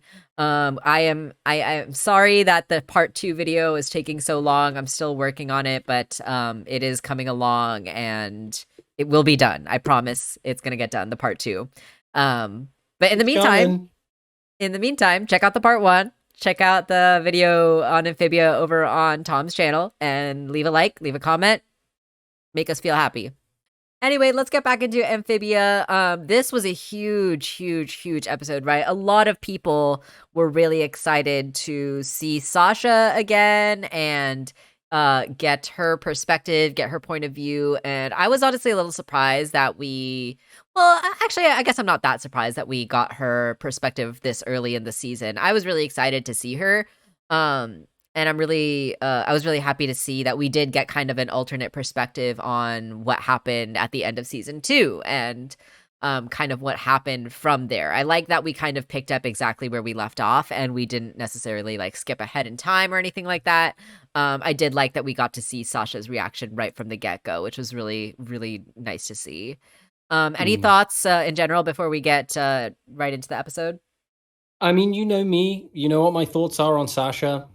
Yeah, yeah. So we kind of have similar yet a little bit different feelings on Sasha. They're not really different feelings. It's just I have a harder time. Like we both acknowledge Yeah, what what they're doing with Sasha's character and how that character is being written. I think they're hitting all the right marks. yeah, I just don't like Sasha. Sasha is a kind of person I grew up with in droves, and like I grew up with people like that in high school, and they made my life miserable. yeah, So there's a much steeper curve for me getting to like Sasha. There's just too much there that I'm like, this is exactly the kind of person that I detest. yeah, yeah, So I don't say it lightly when I say I loved this episode. This episode was exactly what they needed. It was exactly the next step yeah, for taking Sasha's character in the direction that it needs to go. yeah, And rewatching, because I've been rewatching the series, I rewatched a lot of it for the video yeah, that we made. Really, I think her redemption arc didn't actually start at the end of season 1. It started really after she got the Warhammer and Percy and what's her name? yeah. Percy and Braddock ended up leaving her. Braddock, yeah. Yeah, And they left. And like after that you've got the next time we see her is with the final temple. And there's like right. that look on her face when she's talking to Grime about functionally betraying them. Yeah, There's that look on her face which is like, this isn't right, and what I'm doing isn't right, and I know it, but I'm doing it anyway. Which has yeah, led me to conclude that Sasha's character and the fundamental internal conflict of Sasha's character is the internal battle between what she knows to be good and right and what her base desires and compulsions are, Right. Totally. right? And that desire for power. Um, and that really came to the fore in this episode, where that better part of her was like, "No, I'm not going to leave. Like that's just not happening. I have to stay. I owe it to them. I owe it to myself. I owe it to my friends to stay." And I owe it to this myself. I think that's an interesting point that you just said that I want to talk more about later, but continue. in sum, this episode is great. You don't need me to tell you that. This episode was just fantastic. It was exactly what I hoped they were going to do Yeah. with her next step. Because basically, what I predict, what I suspect over the next over the rest of this season, is that we're going to have Sasha as the primary deuteragonist of the story, and Anne as the protagonist, and their stories are going to be separate, but then will sort of come to an arrowhead, Right, of course. towards the end, where we're going to get Sasha undergoing her arc and hopefully, instigating the rebellion and doing so with the town of Wartwood. And I love the way the townspeople of Wartwood function as a narrative device. Yes, absolutely. They bring out the best in people, Yeah. and they bring out the best in Sasha, and I love that. And you know that will give us the footing for saving Marcy, and I'm just so looking forward to it. Sasha went from being a character that I knew what they were doing with, but I was like cautiously kind of like, eh. And now she's great. I'm so happy they're going in that direction. I'm totally on board for this. It's awesome. Great. Yeah, I'm really happy to hear that you liked this episode, because like we've talked about Sasha before, and we both have a lot of thoughts on Sasha and how we feel about her, how we want to see her character go. We've had these discussions off stream before, and so I know generally, that how you feel about Sasha. I do agree with you that Sasha, especially in seasons 1 and 2, is not someone that I would want to be friends with. She's not a caring person. She's not a nice person.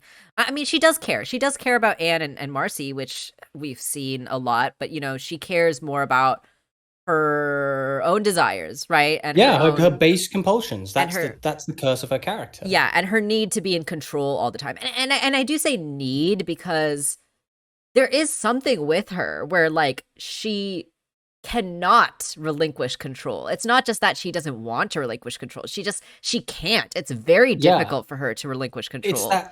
It's that Rorschach thing of, we don't do this because we want to. We do it because we are compelled. Yeah, exactly. But to be honest, I think that the point of contention for me was when she annexed the Sudetenland and assassinated Archduke Franz Ferdinand. I was kind of struggling with that. For a split second, I was like trying to remember what you were talking about in the story. When was the episode when Sasha annexed the Sudetenland? God, I was genuinely trying to remember for a moment. I want to acknowledge the chat here. Totally agree with you, Morgan, that Sasha is a very intriguing character. Also, yeah, totally. It's just Sasha being like, well, if it isn't the consequences of my own actions. That's really funny. Also, Shia says, in a way, Sasha has always been the deuteragonist in terms of perspective. Sure, she only had a couple episodes, but it's always been a focus on either Anne or Sasha, which is a really good point. And because of that too, I in this episode as well, and we talked about, you mentioned, Tom, the citizens of Wartwood being a major factor in both Anne's and now Sasha's character arc, and in that same way, Marcy as well, in a sense. Yeah, absolutely, and especially in this episode, I saw a lot of parallels between Sasha's character arc and what Anne's character arc in season 1 was, and I do want to talk about more about that as we get to those moments, but get to the brass tacks. Yes, yeah, absolutely. But let's go ahead and get into this moment that I've got on screen here. So this picks up right where True Colors left off. We are seeing the end of True Colors from Sasha's perspective, essentially, right? Marcy gets hit with the fire sword, but not before she manages to open the portal and send Anne and the planters back to Earth. Sasha is like knocked up against the wall or whatever. And this is a fun moment that I saw a lot of people, get a lot of attention to, which is the, of course, moment between General Yunan and Lady Olivia here, right? Where the two of them are trying to sneak away from Andreas before they can get caught up and all that stuff. But Andreas catches them and is like, "Are you guys with me?" And without kind of hesitating and in total fear of their own lives, of course, they agree and they say, "Yes, of course we're with you," right? And so I can kind of sense that these two are probably going to defect sometime soon. Like the way that their characters have been presented so far, like yes, they've been loyal to Andreas so far, but their real care, their real their hearts are genuinely in the right place. Like Yunan does genuinely care about Newtopia, and like defending it and like being a general in this army. And But also, they're definitely gay. oh, absolutely, absolutely. I was getting to that. Don't worry, I was getting to Like, that. I recognize some gay energy when I see it. I absolutely love this ship. I'm so on board for Olivia as Morgan. You're as on Morgan. board the ship. I am on the ship. I am sailing right next to the captain, being like, First yes. mate Covey on the great ship Olivia. Yes, absolutely. I absolutely love the dynamic between these two. And I think that does come from this place of like, right, they both genuinely really care about Newtopia. They really have a lot of respect for the structure and the hierarchy and the system of the kingdom that's in place, right? Like Lady Olivia, we've seen the way that she's like acted with Andreas before, that she's like really not a fan of his like goofy, disregard for the demeanor and everything.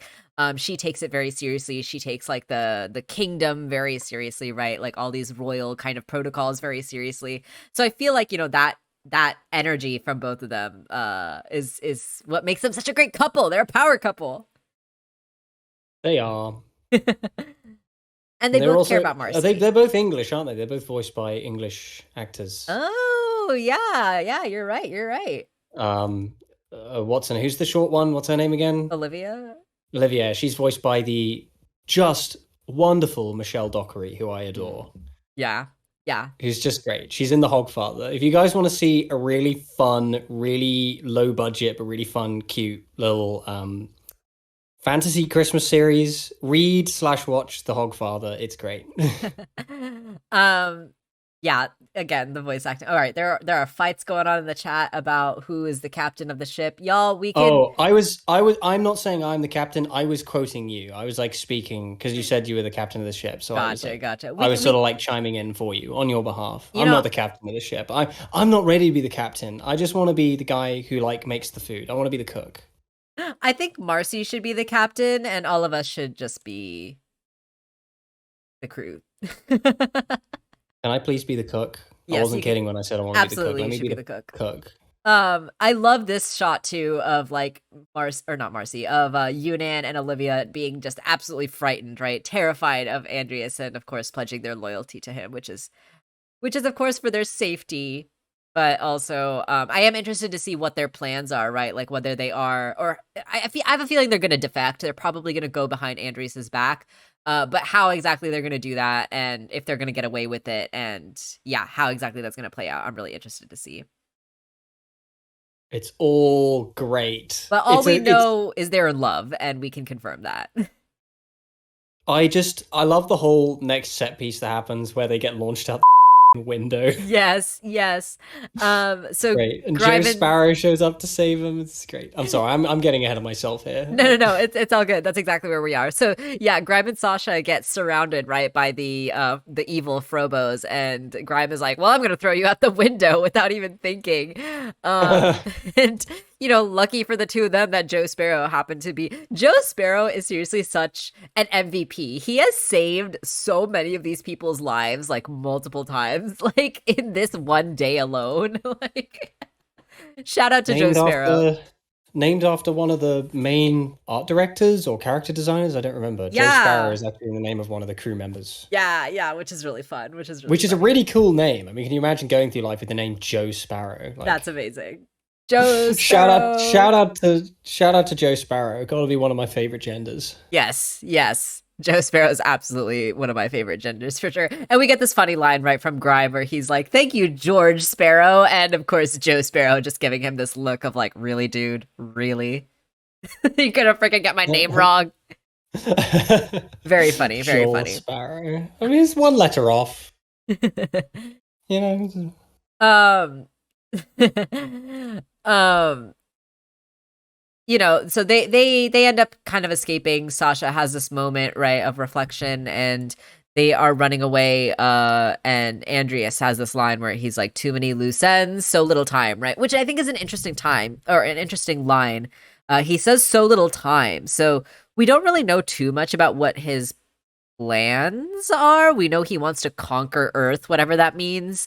But whether he needs to do this at a specific timeline, what's the deal? And then he ends up, sending one of the robot frogs, one of the Robo Frobos, after Joe Sparrow and Grime and Sasha. And as they're flying overhead, they catch a glimpse of the Toad army, right? Just being completely overpowered by the evil Frobos, which is going to play a part, right, as they try to come up with a new strategy. So they, you're good. So they cut back to Wartwood, right? So that this is where they are going to be hiding out as they lay low and try to come up with a new strategy. They are flying into town, and the townspeople, of course, see them, and this is an interesting this is an interesting conversation that happens between them, right? The townspeople are wanting to know what happened. They can see that the castle is like floating in the sky, and they're like, "What's going on?" They're asking about the planters and Anne, right? Ivy is asking about Sprig, which is like particularly heartbreaking. And Got thrown out of a window, kid. Yeah, oh my god. He got thrown out of a window, but he did live, so He did. He's fine. And then Grime and Sasha have this exchange where they're like, "Well, we can't tell them the truth," which is kind of weird to me. Like, why can't they tell them the truth exactly? I don't really know. But anyway. I mean, they do in the end, I think. Yeah, they do. There's a certain amount of crowd control going on. Yeah. Yeah, that's true. Trying to minimize collateral and just get about their business. Yeah. So Grime is honest about this part, right? He talks about how Andreas is evil and he's an evil tyrant and he wants to take over and all that stuff, right? Because the town would hate them. Yeah, I guess so, Morgan. I guess so. So that part is true, right? That Andreas is evil. The terrible news that the king has turned out to be a tyrant. And we get this funny line from Croaker, right? Where she's like, "I didn't vote for him anyway." And then, of course, Grime lies about the planters needing to go on a mission, but that they sent Sasha and Grime to come back and protect the town, which is, of course, the lie. They are just there to hide their own asses and keep themselves safe, but they want to not have the town turn against them, I guess, and so they say that they're there to protect. And Sasha has this thing where she's like, "Is just name dropping Anne gonna be enough? Like, just because we say her name doesn't mean that like they're gonna immediately accept us, right?" But it's just kind of a testament to Anne's influence in Wartwood and the way that influence. the influence, the influence that she's had on the citizens of Wartwood and how much they love her and they care about her and trust her, right? Like, Anne has been the town protector before. They voted for her to be Frog of the Year and all that good stuff. So yeah, they really do hold Anne in very high regard, and it is enough for Sasha, right? It is enough just to say Anne's name that they accept her and they are happy to have her there to protect them.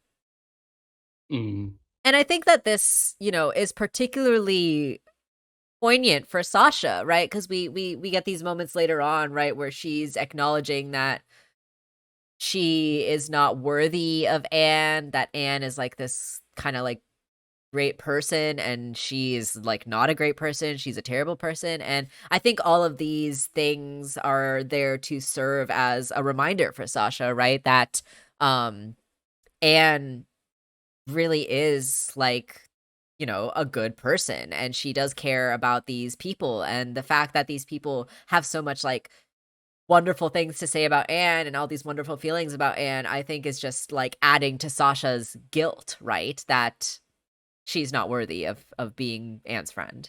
Mm.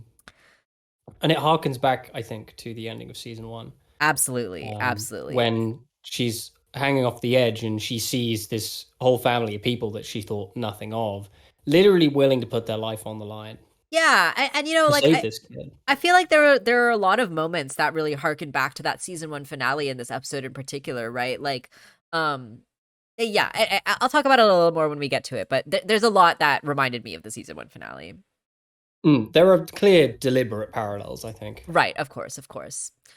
So they show up to the planter house, and poor Sasha, right? Like this is particularly heartbreaking. She can't even bring herself to feel like she's worth like walking into the planter's house. She's just like, I'm gonna go sleep in the barn. Like that's where I belong, right? There's Mm. a lot of self pity, a lot of self hatred that Sasha has for herself here, and that's like particularly hard to watch. Grime obviously has no problem setting his war hammer in the cane stand and or in the But this is cane this bucket.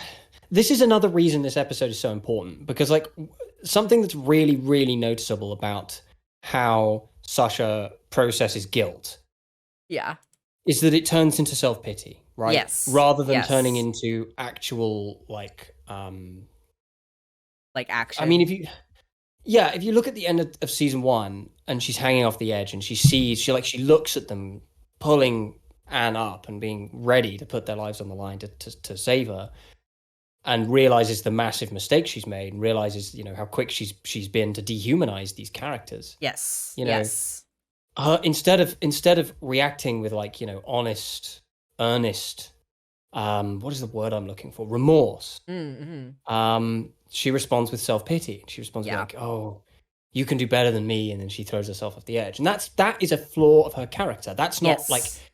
I was on the fence for a while as to whether or not I thought that was a fault with the writing or a fault with the character. And as of this episode, I now know that Yeah. was a fault with the character and not the writing. Like that's clearly something that they're aware of, because in Yeah. this episode you do see a shift from like this self-piteous, you know, pathetic way of approaching her own guilt and processing her own guilt, and instead actually turning it into like, no, I not only do I have a responsibility to be better, I have the power to be better, and Yes. Yes. make that choice, and she does. And this episode is great, and I love it. Yeah, yeah, and I also wanna talk a little bit about Sasha's self-pity.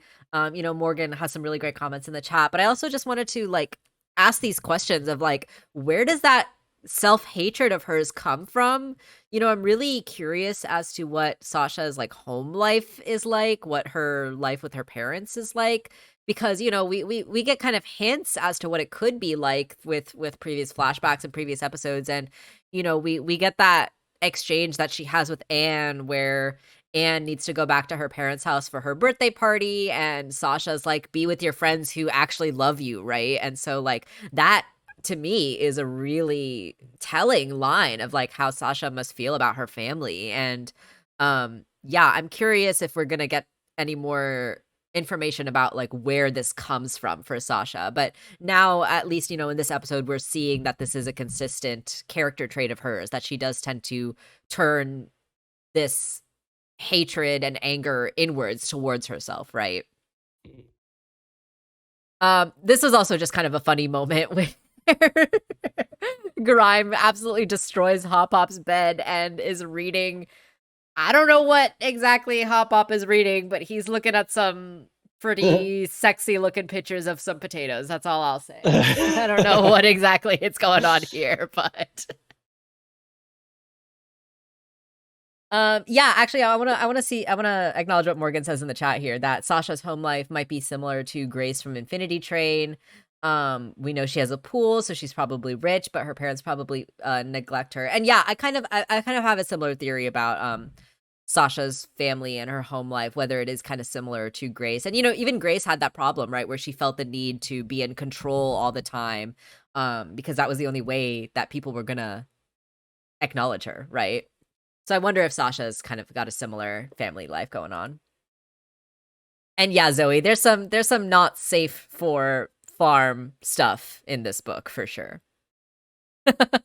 Not safe for farm. Not safe for farm. NSFF. um Sasha makes her way to the barn and she's like, "Oh, there's a little snail here. Oh, and there's a big snail here. Okay."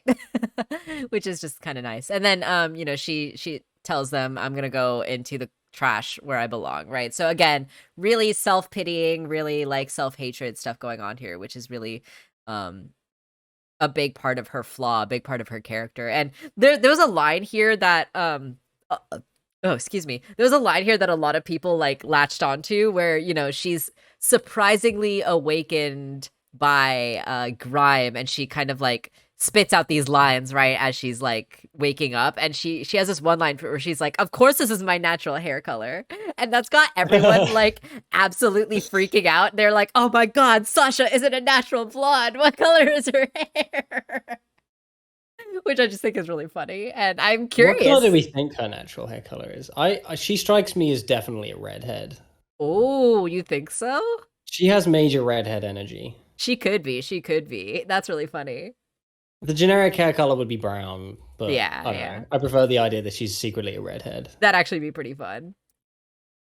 Yeah, actually Morgan has a good point here that her saying going into the trash where I belong reminds me of Hunter from the Owl House, which yeah, I feel like they've got some similar traits for sure. Yeah, somebody get these blonde kids some therapy. Get them into therapy. Hunter is a little more pitiful Yeah, than yeah. Sasha. Like Hunter, you just look at and you're like, oh, dude. Yeah. Oh, dude.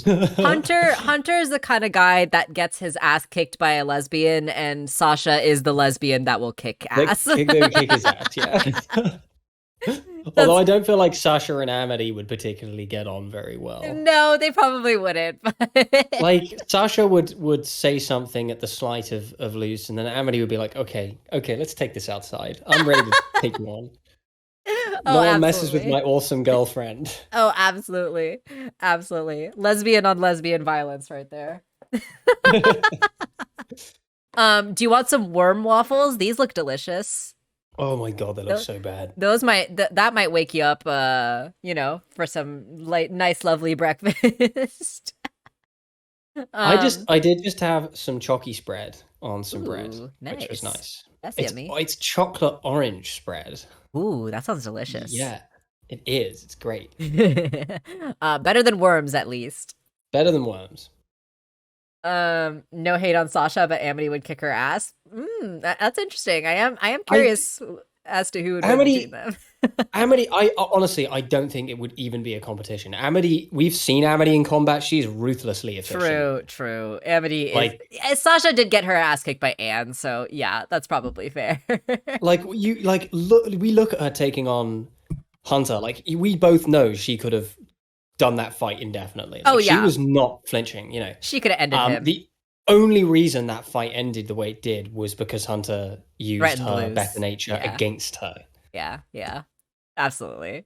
But anyway, that would be fun. We got the crossover between Luce and Anne in the Comic-Con panel, so maybe we'll get a crossover between Amity and Sasha one day. And watch them fight. That would be interesting. And just watch them fight. That would be fun. Oh my gosh. Anyway, they hear a sound outside and they're ready to fight because that's just who they are. But of course, it's none other than just lovely, sweet old Mrs. Croker. She's got a little pie that she wants to share with them. Very sweet old lady. Yeah. I don't know if I describe Mrs. Croker as sweet. She does hate Sprig. She is like potentially an ex-super spy. Oh, that's right. She fought that other dude once. She definitely wouldn't describe herself as sweet, I don't think. No, definitely she's not. She's got some sass. Definitely, to say the least. But this is the moment that I wanted to talk a little bit more in depth of that I mentioned earlier, right? Sasha now has these interactions with the Wortwood characters, right? Like she sees that Mrs. Croker is trying to give her a pie, and then Wally shows up, right? And Wally, as we know, is an incredibly important character for Anne's character growth. Wally even brings it up here. He's like, Anne taught me the, importance of being honest, of being true to yourself, of being authentic. And this, of course, is all just like literal slaps in the face to Sasha, because she is being dishonest and inauthentic and lying to all the characters of Wortwood right now. And so, this just kind of is adding on to her guilt, and again reminding her of that dynamic that she now has between her and Anne, where Anne is this honest and like good person that trusted Sasha, and Sasha is very keenly aware of the fact that she did betray Anne and she did hurt Anne in this very specific way. And so like these lines that we get from Wally must just be like literal slaps in the face to Sasha, as she's like coming to terms with her own guilt, right? Mm. And then so Sasha then again has another encounter with a person from Wortwood. Maddie, shows up with her smoke bombs, and she's like, free bread, because her dad is the baker, right? And she shows up with free bread right as soon as Sasha's like, as if one more country bumpkin, boom, free bread. Oh, Maddie. I know, right? And then Sasha just being like, no, get away from me. And then, Maddie has this funny line that's like, watching your carbs, right? I get it. But I wanna just draw some attention to like this scene in particular. I feel like this is really important because again, it's that parallel that we saw to the end of season 1, right? Where, like you said, Sasha really did not see these frogs as people. She, saw the world of Amphibia as like a fantasy in a lot of ways. She was very single-mindedly just trying to focus on how do I get home, and the best lead that she had was to team up with the Toads, right? So she was really focused on a goal that didn't leave room for acknowledging the personhood of the other frogs, right? And so this scene, I think, is particularly important, right? Because she is getting these one-on-one interactions with the Wortwood characters and like learning, they're frogs, but she is learning about their humanity, right? Like they are people at the end of the day. And I feel like these interactions that she has with them is, really reforming that idea that she had at the end of season 1, where, in season 1, she was like, I don't care about these frogs. They're just slimy little frogs that don't matter. I just want to get home. But now, she's like seeing them for the people that they are, which I think is like very similar actually to Anne's growth in season 1. So I just wanted to take a moment to acknowledge that. That was basically what I was saying earlier. Yeah. About kind of being put face to face with the humanity of these characters, despite the fact that none of them are human. But that's the irony. Yeah, absolutely. Where did Grime get this bat? Was no one else very confused about where this bat came from? I was just kind of like, where did the bat was sent to him? It's like a messenger bat from his sister. Oh, okay. I totally missed that. I was just kind of like, where did Grime get this pet bat from all of a sudden? It's a precious bat. It's adorable. It is adorable. Who just wants to eat the Storby. Storby. Yeah, it's very cute. I was just very confused about where it came from. Yeah, the little stubby. Amphibia Intelligence Agency. Yeah, AIA, right? That Croaker was a part of. They hear another noise outside and they think it's just going to be another frog of some kind, but instead it is the evil Frobo that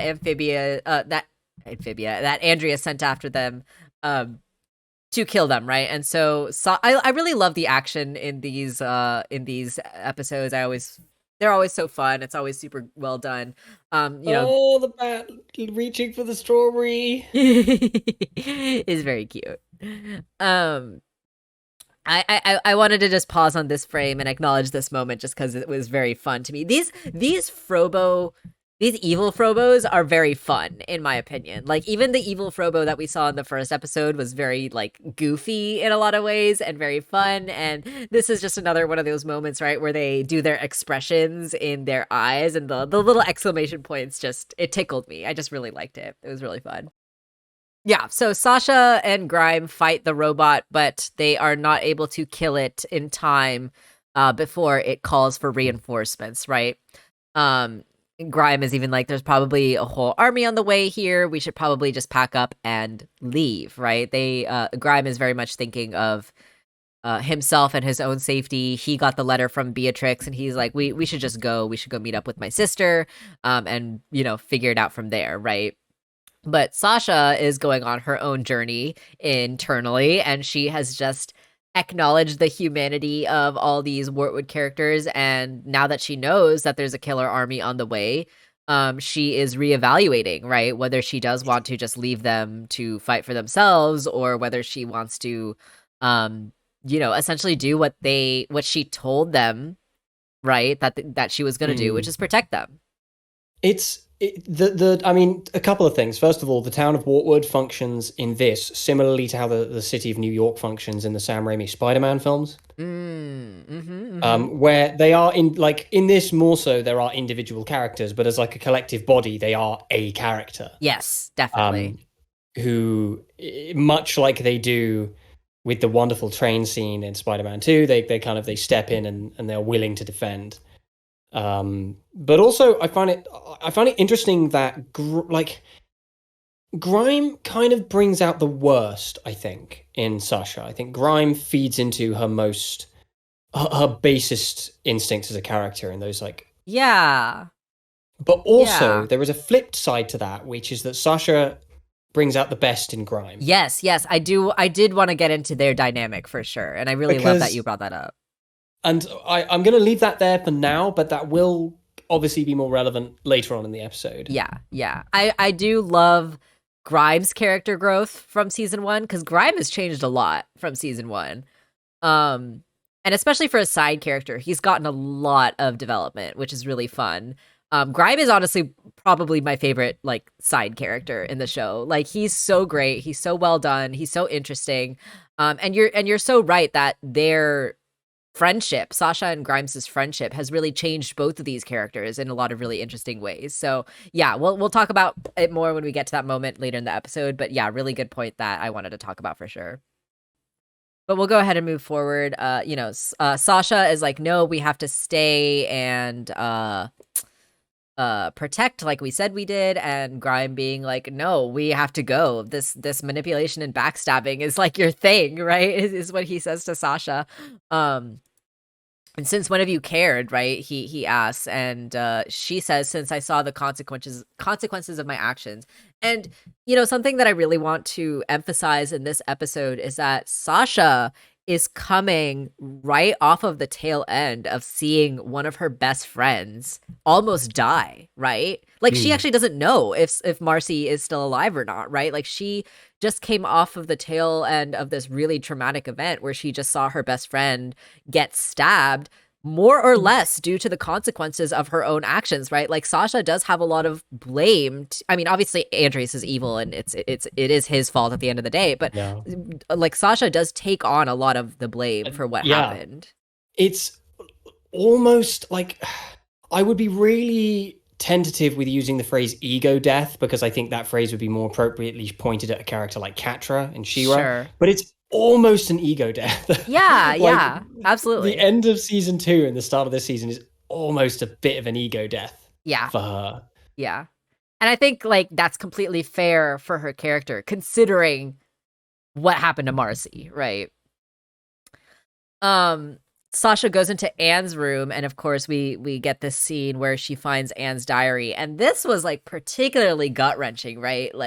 Anne is writing in her diary. This is right before True Colors, right? The Battle of the Bands Day, where she's talking about how Sasha, Marcy, and I are finally together, and it's awesome. We're gonna go back home. I can't believe it. I'm so happy. I trusted, triple underline trusted Sasha again. I always knew we would work it out, right? And this must be particularly heartbreaking for Sasha to read, who knows that at this point in time, she was lying to Anne and she was manipulating her friend. And I think that this is really what drives the guilt home for Sasha, knowing that her friend who Sasha at this point in time thinks so highly of, right? Like she thinks Anne is this like wonderful person and this great person, and her friend trusted her and had so much faith in her, and despite all of that, Sasha was continuing to lie through that trust, and here Sasha's really come face to face with the consequences of what that false trust has led to. Marcy being severely hurt and being trapped in a different world. And Sasha just really coming face to face with the consequences of her actions. And of course we get this really gut-wrenching moment where Sasha is reading this text and like solemnly is just like tearing up, right? Because she just feels the guilt, I feel, you know?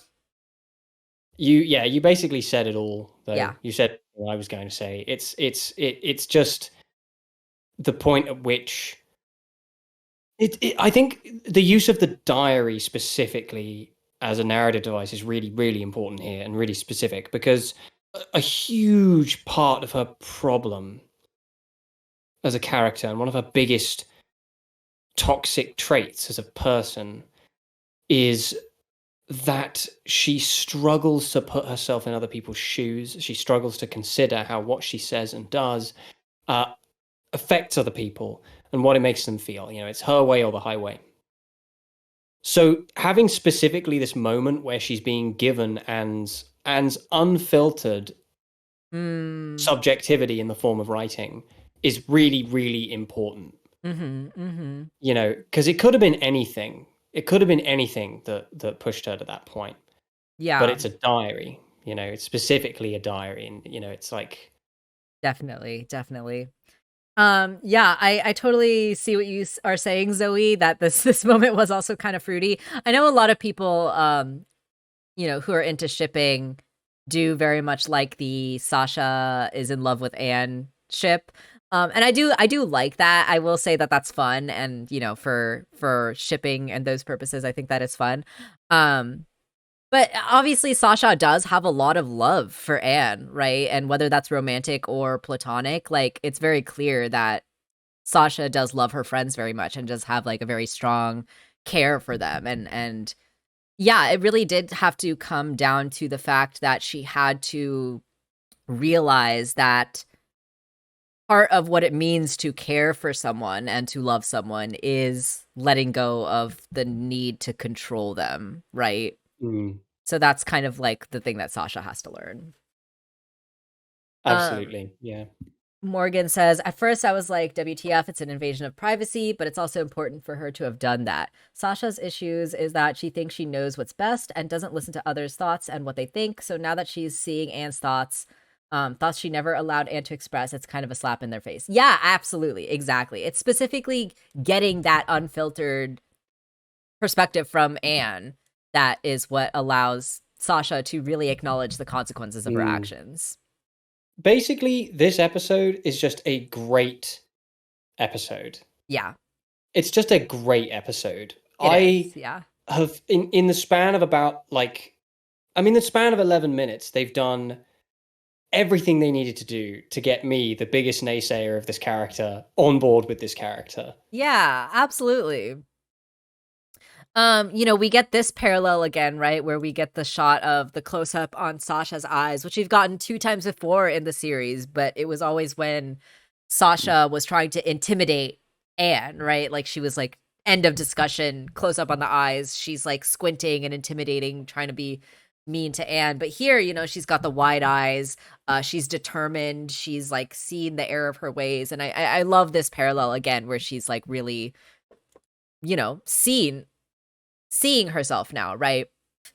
I am curious to know if Sasha's character growth, though, is going to eventually come to a place where she doesn't care what Anne thinks, and she's just genuinely like doing the right things because she wants to be the kind of person that she herself can like look at and be like, yes, I am a good person, right? Because like we've seen these conflicts happen with Sasha before, right? Where she like takes these actions and she's like, am I a horrible person? Am I a good person? And yeah, she's thinking of Anne in those moments, but I also do want her to eventually get to this place where like she almost doesn't care what other people do think of her. Very similar, right, to what Anne's character journey was in season 1, which is why I think like there are these parallels between Sasha's character arc and Anne's character arc, where Anne, you know, she her in the first episode, right, it's very clear that she is very focused on what other people think of her and what her friends think of her, and like she has to do these certain things in order to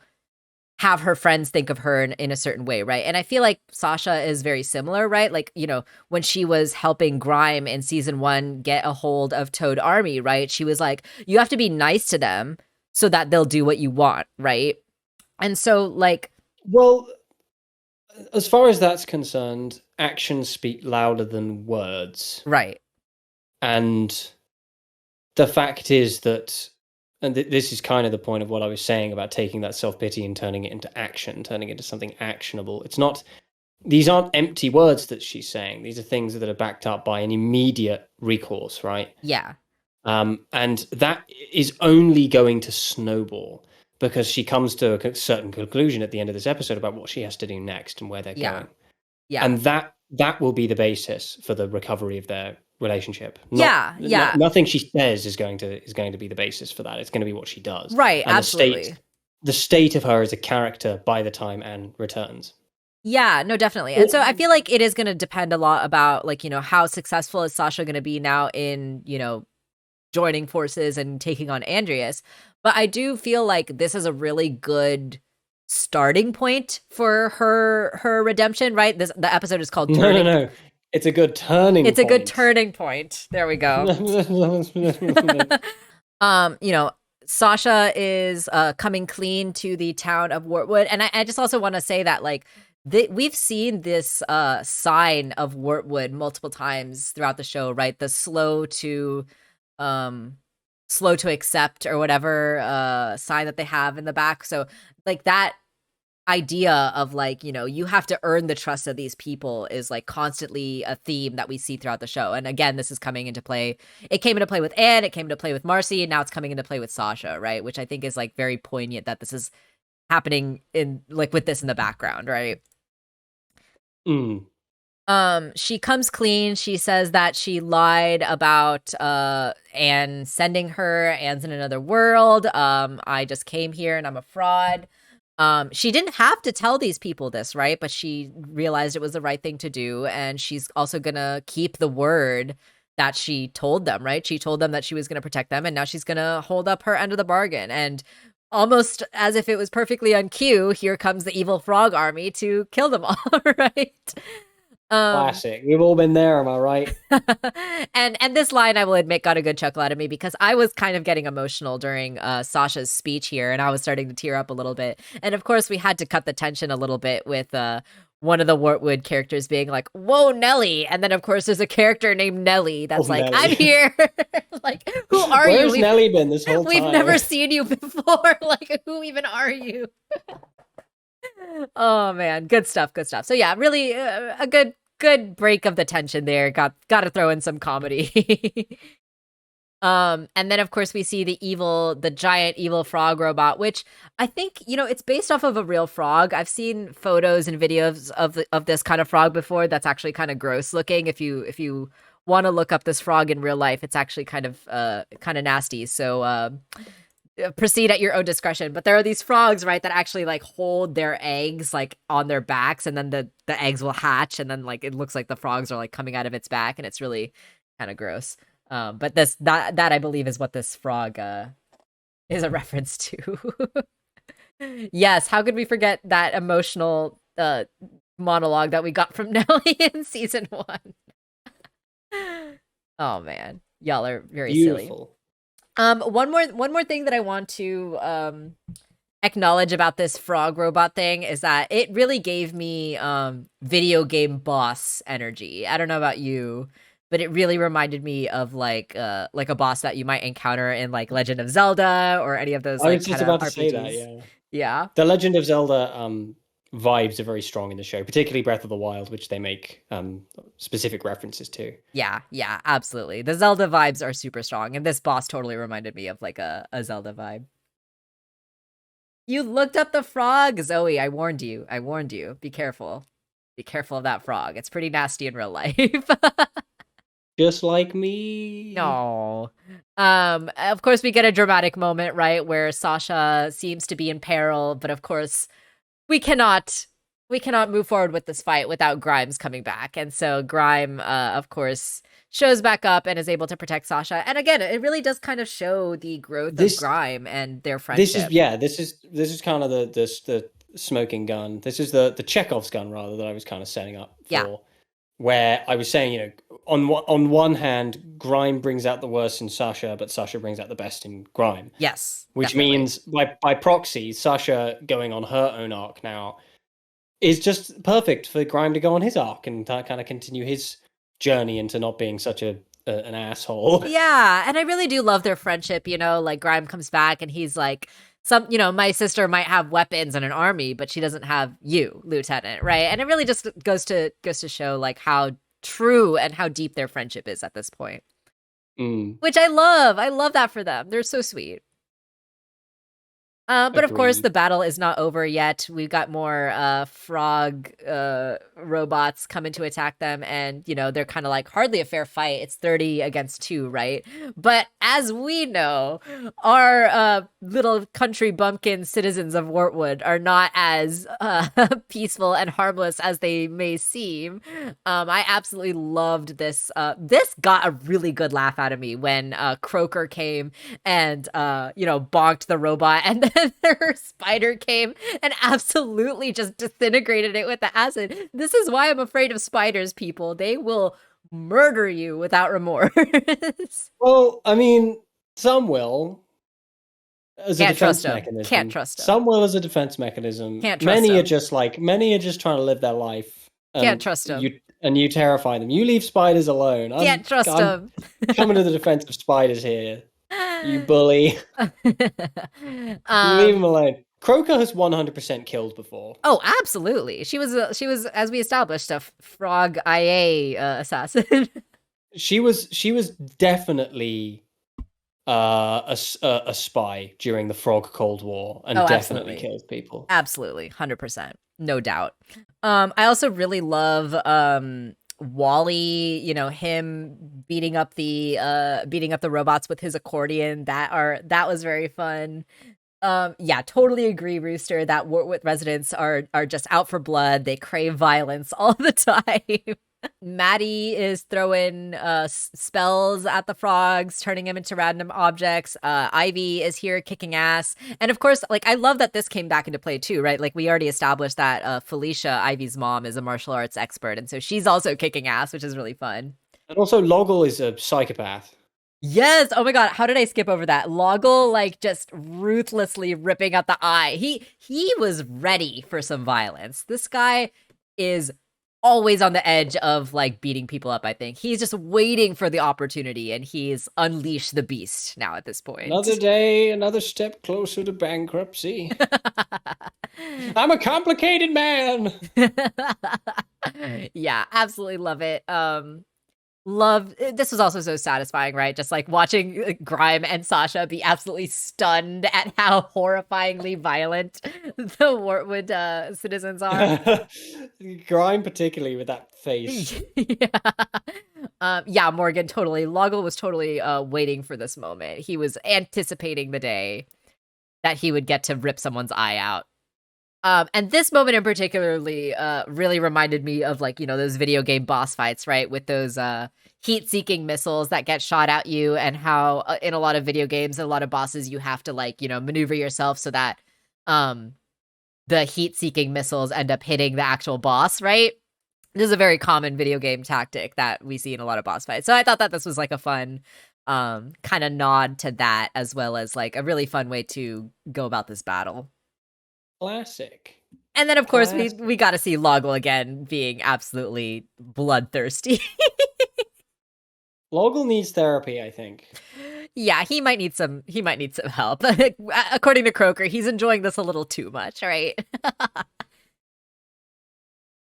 But yeah, like Sasha also, this is a pretty eye-opening moment for Sasha, right? Where she, at first was just thinking of these guys as country bumpkins, but now, Grime and Sasha have acknowledged that these guys are deadlier than the soldiers, right? And so, I feel like this is a really like telling moment too. Like now Sasha really the path for her going forward is clear now, right? Like how she's going to have to unite these people and team up with them, right? And use their friendship and their love for each other as like an advantage and you know, count on them to fight against Andreas, right? And we end this episode on a really like high note, right? Where Sasha's like, this is where we start fighting back. And like you said, I really love this episode, especially for Sasha's character and the way that they're setting up her redemption and the direction that she's going in.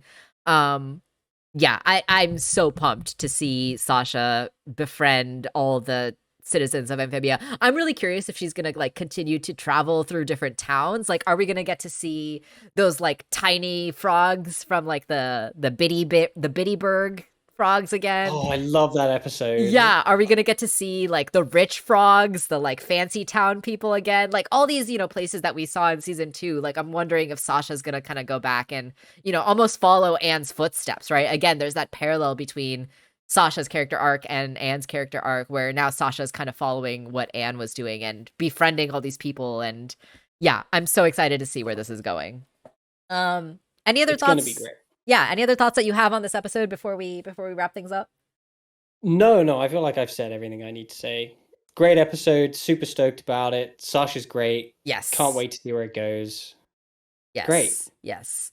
But yeah, I'm really excited to see Sasha's character growth. I'm really excited to see Grimes' character growth too, right? Like, him coming back to save Sasha again as a real testament to their friendship and his own. Troy Baker just so good. I just realized there's been a lot of people saying Sasha. Oh, that's right. We do have to touch on this theory that Sasha's gonna lose an eye, and that all the characters that she interacted with in this episode have only one eye. Yeah, like Loggle, like Croker, Maddie has her one eye covered. Grime only has one eye. Yeah, there's a lot of hints. There's a couple of videos on YouTube of people talking about this theory of a lot of hints and foreshadowing to Sasha possibly losing an eye. What do you think of that theory? Yeah, I mean, I've seen similar theories about Anne losing an arm. Yeah, I've seen that too. I would normally think that'd be a little too macabre for a kid's show, but then I remember that Adventure Time happened and Finn loses his arm several times. He does. Finn does lose his arm several times. And so yeah, I mean anything's possible. Yeah, anything's possible. If they do end up going I kind of, in a way, I kind of hope they do, because I feel like they've already made a Berserk reference in this show. They've made a couple. Yeah. And we know from a Reddit Q&A, we know that Matt Brawley does read Berserk and was a fan. Presumably still is a fan. I can't, in a way, I kind of hope that does happen, because Guts obviously loses both his arm and his eye. So I feel like that'd be, I would call that a little bit of a Berserk nod. Yeah, and like like folks are saying in the chat, Marcy got violently stabbed at the end of season 2. I feel like the level of violence seems like appropriate for the show. We probably won't see like a bloody scene of Sasha's eye like rolling out of her head or anything like that. Like it probably won't be the eclipse scene from Berserk. I doubt that'll happen. No, it probably won't be anywhere close to that gruesome. But it's totally within the realm of possibility, right? And like you said, in Adventure Time, we saw Finn lose his arm, and that wasn't gruesome or violent or anything. Or I mean, it was kind of shocking. It was shocking. It was violent, but it wasn't gruesome, So yeah, it's totally within the realm of possibilities. And if that does end up being true, if Sasha does end up losing an eye or Anne losing an arm, the foreshadowing and the theorizing would have just been absolutely unreal. Like the fact that people are able to pick up on these clues and figure that out is pretty insane. So yeah, I'm really curious to know if that's going to happen. I'm not going to put any like money down on it or anything like that. I don't think it's like a guarantee. There's some people that are really convinced that it's going to happen for sure. But I don't know. I guess we'll just have to see and see how it plays out. Thank you all so much for tuning in and hanging out with us for these past few hours. These discussion streams are always super fun for me. I really just love talking about these shows. I obviously think about them a lot, and you know, like I mentioned, I'm working on an Amphibia video right now. It's going to be the part 2 to our comedy commentary. But one thing I really appreciate about these streams, and something that we don't really get with the videos, is that we're able to kind of like be a little bit more casual. We can just talk things out instead of like having to really think about things and script things out. We can just sort of like sit and chat. And also like getting to interact with all of you guys in the chat. Thank you, Morgan, Shia, Zoe, Rooster, Chira was here earlier. Thank y'all so much for hanging out. This has been just so fun, and I really love bouncing these theories and these thoughts off of all of you guys. And so that's something that, don't you mean hopping these theories? Terrible. But yeah, it does allow us for a little bit more interaction than just doing videos were. So that's part of why I really love doing these streams. It's a lot of fun getting to interact with everyone, and and to see all of you react to Tom's terrible jokes. Also, thank you, Shia, for dropping the links and everything. Yeah, definitely go check out the video. Really appreciate it. And then, of course, every Sunday I'll be back to discuss the latest Amphibia episode. Hopefully Tom will be back as well to chat about these episodes with us, because I always really love talking, especially with you, Tom, because you are one of my dear friends, and talking about shows with you is always really fun. I'm one of your dear friends, or am I one of your frog friends? Tom, you can't stop. This is what happens when I get tired, okay? All right. Well, we'll go ahead and let you go so that you can get to rest. Alrighty, y'all. Well, thank you all so much for hanging out. I hope to see you all next week for the next week's streams and talking about the next episodes. Actually, before we totally end, what are next week's episodes called again? Thai Feud and Adventures in Cat Sitting. Oh, I'm excited for that. We'll get to see Domino. Have a good rest of your Sunday. Have a good, wonderful week, and we'll catch you all for next week's streams. Bye, everyone. Bye.